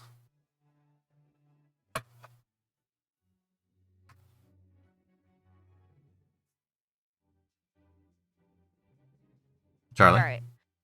And then, yeah, Ilya just, bops back What- behind Gipra again. How do you want to kill it? Oh, well, in that case. Ilya is just going to haul forward. And when they make their first attack, it's just slashing towards that enormous, disgusting tongue. But when they make the second attack, they just reach out their hand and they manifest the packed weapon through the riding centaur-looking thing's skull. As it starts to writher and spasm, its death throes, snake-like, contracting all of the muscles, detracting, and then the head just slumps forward. The tongue of the worm body falls outwards. Creature dead. It's combat. Ilya just flexes their hand and their packed weapon disappears from the corpse's body. They step back, wiping mess off of themselves. Well done, Ilya. Barry just sits down and starts eating dirt for a little bit. I feel like he's already got some in his pocket, and he's just pulled some out and is going to town on some. If Basil tries to clean his rapier off by licking it, will it taste bad? Yes. If you do that, I will need you to make Constitution saving throws. Okay, he's not gonna do it. He thinks about it. He thinks about it though. He's gonna go over and pick up his short swords and stuff. Barry's looking at Basil like, why are you also not eating dirt? This is really weird. Dirt is No, very good right we now. eat dirt together. Like he's like pointing to the dirt and signing like, "Aren't you hungry?" Question mark. As this is happening, and as the fight is ending, Kipra and Thir and Ilya, while the other two are doing their thing, you can now, where you're standing here, the battle was distracting you from everything else. But over out here, you realize is that it's actually a balcony and it opens outward beyond. And you can hear the source of the breathing from just down wherever the balcony is looking out. Shall we Ilya go is, investigate? as Gipper continues, like Ilya is just kind of like squinting at them, like they can't be certain whether this was a valid compliment or not. And they just remanifest their sword and sigh as they go to follow him here towards that breathing. On the way Barry will past get up. the corpse, Kipra's just kind of gonna smack it once with her hammer just to make sure it's dead, and then continue Dang walking it. towards the balcony. See other Okay. people going. Barry will follow along, but first just grab some more dirt from their pocket to go. You know. Ilya is Amazing. looking down Sure at to go. the worm. He worm. gets a little bag of it first before he leaves with the others. Like it takes a quick second, and then he heads out. By the time you get to the balcony, because your wisdom saving throw is high, you are slightly disgusted with how much dirt that you've just eaten. As you're like, I think you'd think though, but I think he's honestly No. fine with it. Like your he's- stomach feels awful.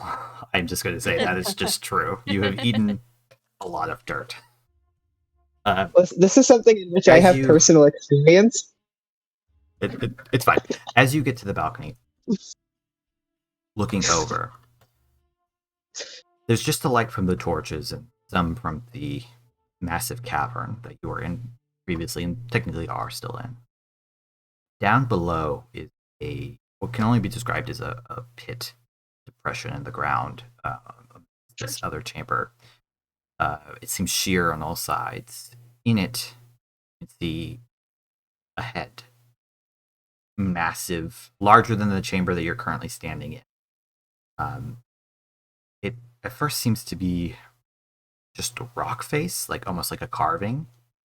But you can see two nostrils of this massive dragon head's flare as the wind picks up, wafting over you. And you can see now as you look down into there, this rising. As it's just rise, it probably moves 15, maybe 20 feet just from the inhalation. Depresses as much again from the exhalation. A tail far in the distance rises and falls as the room around you shakes, as though an earthquake has just happened, and you are standing at the altar. So, Kipra, you would know this is probably not quite as strong as some of the ones that you have seen recently abroad, or just an idol on the ground. You see before you a absolutely enormous dragon, seemingly made of stone, earth, moss, and all kinds of different things. Some mushrooms growing along its back, fringes. And though the ritual has failed, it is slightly roused still. You can't imagine that this is the state that the goddess had. Vipra, you come to an understanding that someone will need to watch over this creature, lest it rise, even through the incomplete.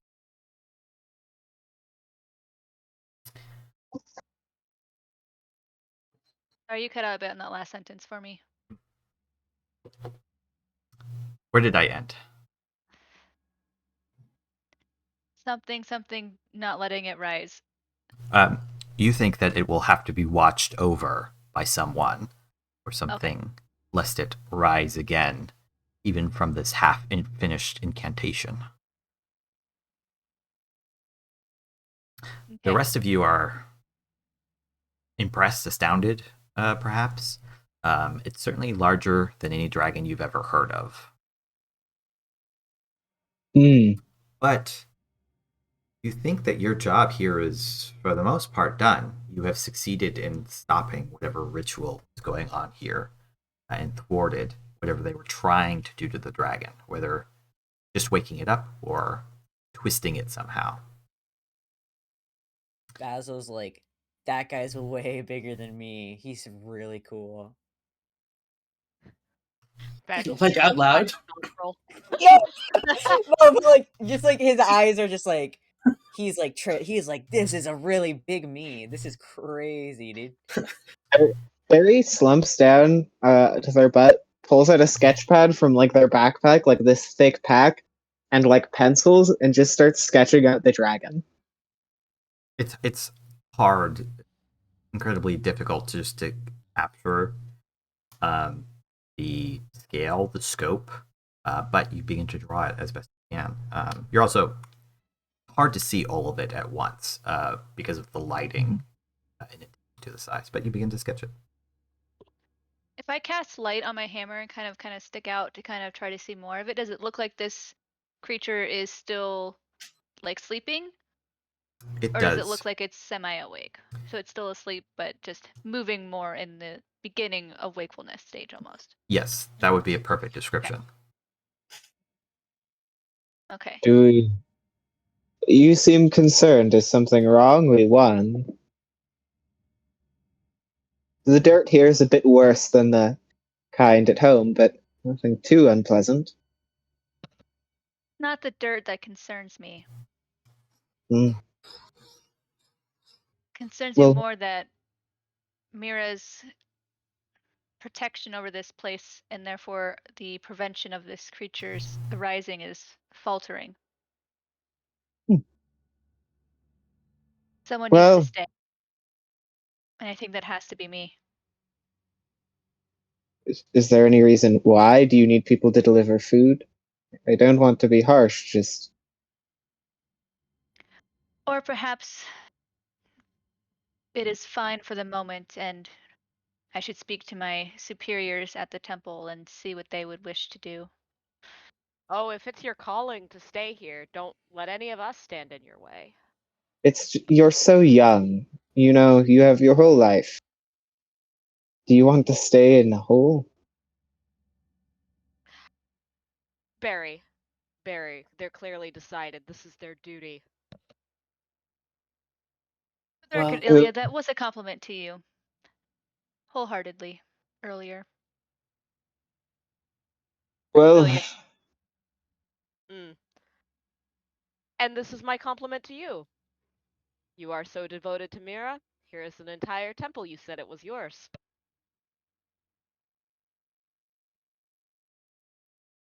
Well, perhaps even one of your stature, Gibra, would not have the right to decide that a temple was hers.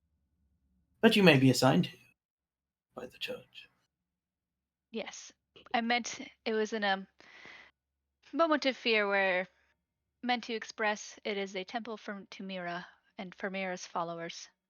Not necessarily my personal temple, Ilya. But this will take some Ilya is work. like working very hard to keep a straight face and like hide a slight smirk or smile. As we are without contract, no matter who takes over this temple, I'm sure Ilya and I are willing to help to the utmost of our capabilities for as long as required. I mean, I'm happy to Content stay here. here. Dispelling giant magical rituals is my job day to day. You know, that's what my magic is for. That's my 9 to 5. This is a giant magical thing. Also, I'm going to live for another like 500 years. I would be fine to hang out here for another 100 or so. Not that it's super hard, but dispelling magic is not going to help here. In fact, it's the opposite, technically, of what you want to do. What about like a Imitate large? magic? Well, I'm Some sure kind some of wizards would probably some want kind to of see this. ritual to reinforce the sleep is probably the best permanent solution you could think of. But the technicalities of it, you will have to take some time to work out, many days or weeks. Yeah, he's happy to sit here and study for a while. I mean, absolutely, we're going back to tell the Temple of Mirror what happened. Yes, I need to Oh, report yeah, to my yeah. superiors, but I do believe this is something that will require some focused attention from myself and others. You can choose to join me if you wish, but I believe this is something for primarily the Temple of Mira to oversee. Barry Ilya, just shrugged his shoulders. He's fine with that response. Ilya, you glance With back very at the saying creature you just slew. Maybe thinking in your head that's in different life, or had things gone differently, you might have had to serve this creature one day. I'm just curious, what are you thinking as your brain remarks on this? Ilya actually, while this whole conversation goes on, is probably after looking at that creature, despite their disinterest in what Henther has offered, oh, we're going to go here to clean up the temple, is already scrubbing away the sigils, starting with the area closest to the creature's body. And it's just a very sort of rote, reflexive, better clean this up to make sure that if somebody comes back while we're here, sort of motion. But they aren't saying anything or really looking at the cultists too much as they kind of just like drag them into the stack out of the way. Barry will say, if we get some rest here, I have magic I can prepare tomorrow to send a message back to the city if everything went well. And we can just wait for their change of guard to come. It's up to the young cleric. Yes, if you want, we can just wait till your friends arrive. I think as Henther is saying it's up to the young cleric, he like reflexively from being out of combat lets his hybrid form drop, and there's just like shattering of both of his hand bones as like the paws dissipate and his hands are gnarled and cracked and broken for a moment as the skin reknits and the bones reknit into his long slender fingers, and like there's just this ever so slight wince on his face from the pain.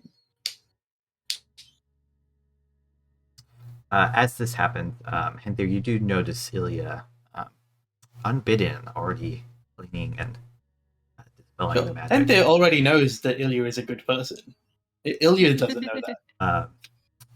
But regardless of how you eventually, whether you go back or you just send a message and wait, you get in contact with the Temple of Mira, and they do decide to assign Gibra here to monitor the situation. And this becomes your home for at least a few months while you watch under the threat of this great primordial creature. Waiting, praying, hoping that you can solve it, that it does not wake up. That's where we're going to end today's session. You all victorious, but acknowledging that there are still looming threats out on the horizon. Thanks everyone for coming out. Playing. I'm going to keep it short. We don't have the next one of these scheduled, but I'm going to try to get that moving, get that going soon. We're going to be back on the main game tomorrow. So definitely come and check us out for that. Not following us on Twitch, not subscribed on YouTube, do those things. We're close to a milestone on Twitch, so we definitely appreciate that. As always, have a good one. I'll let everybody go. Good night.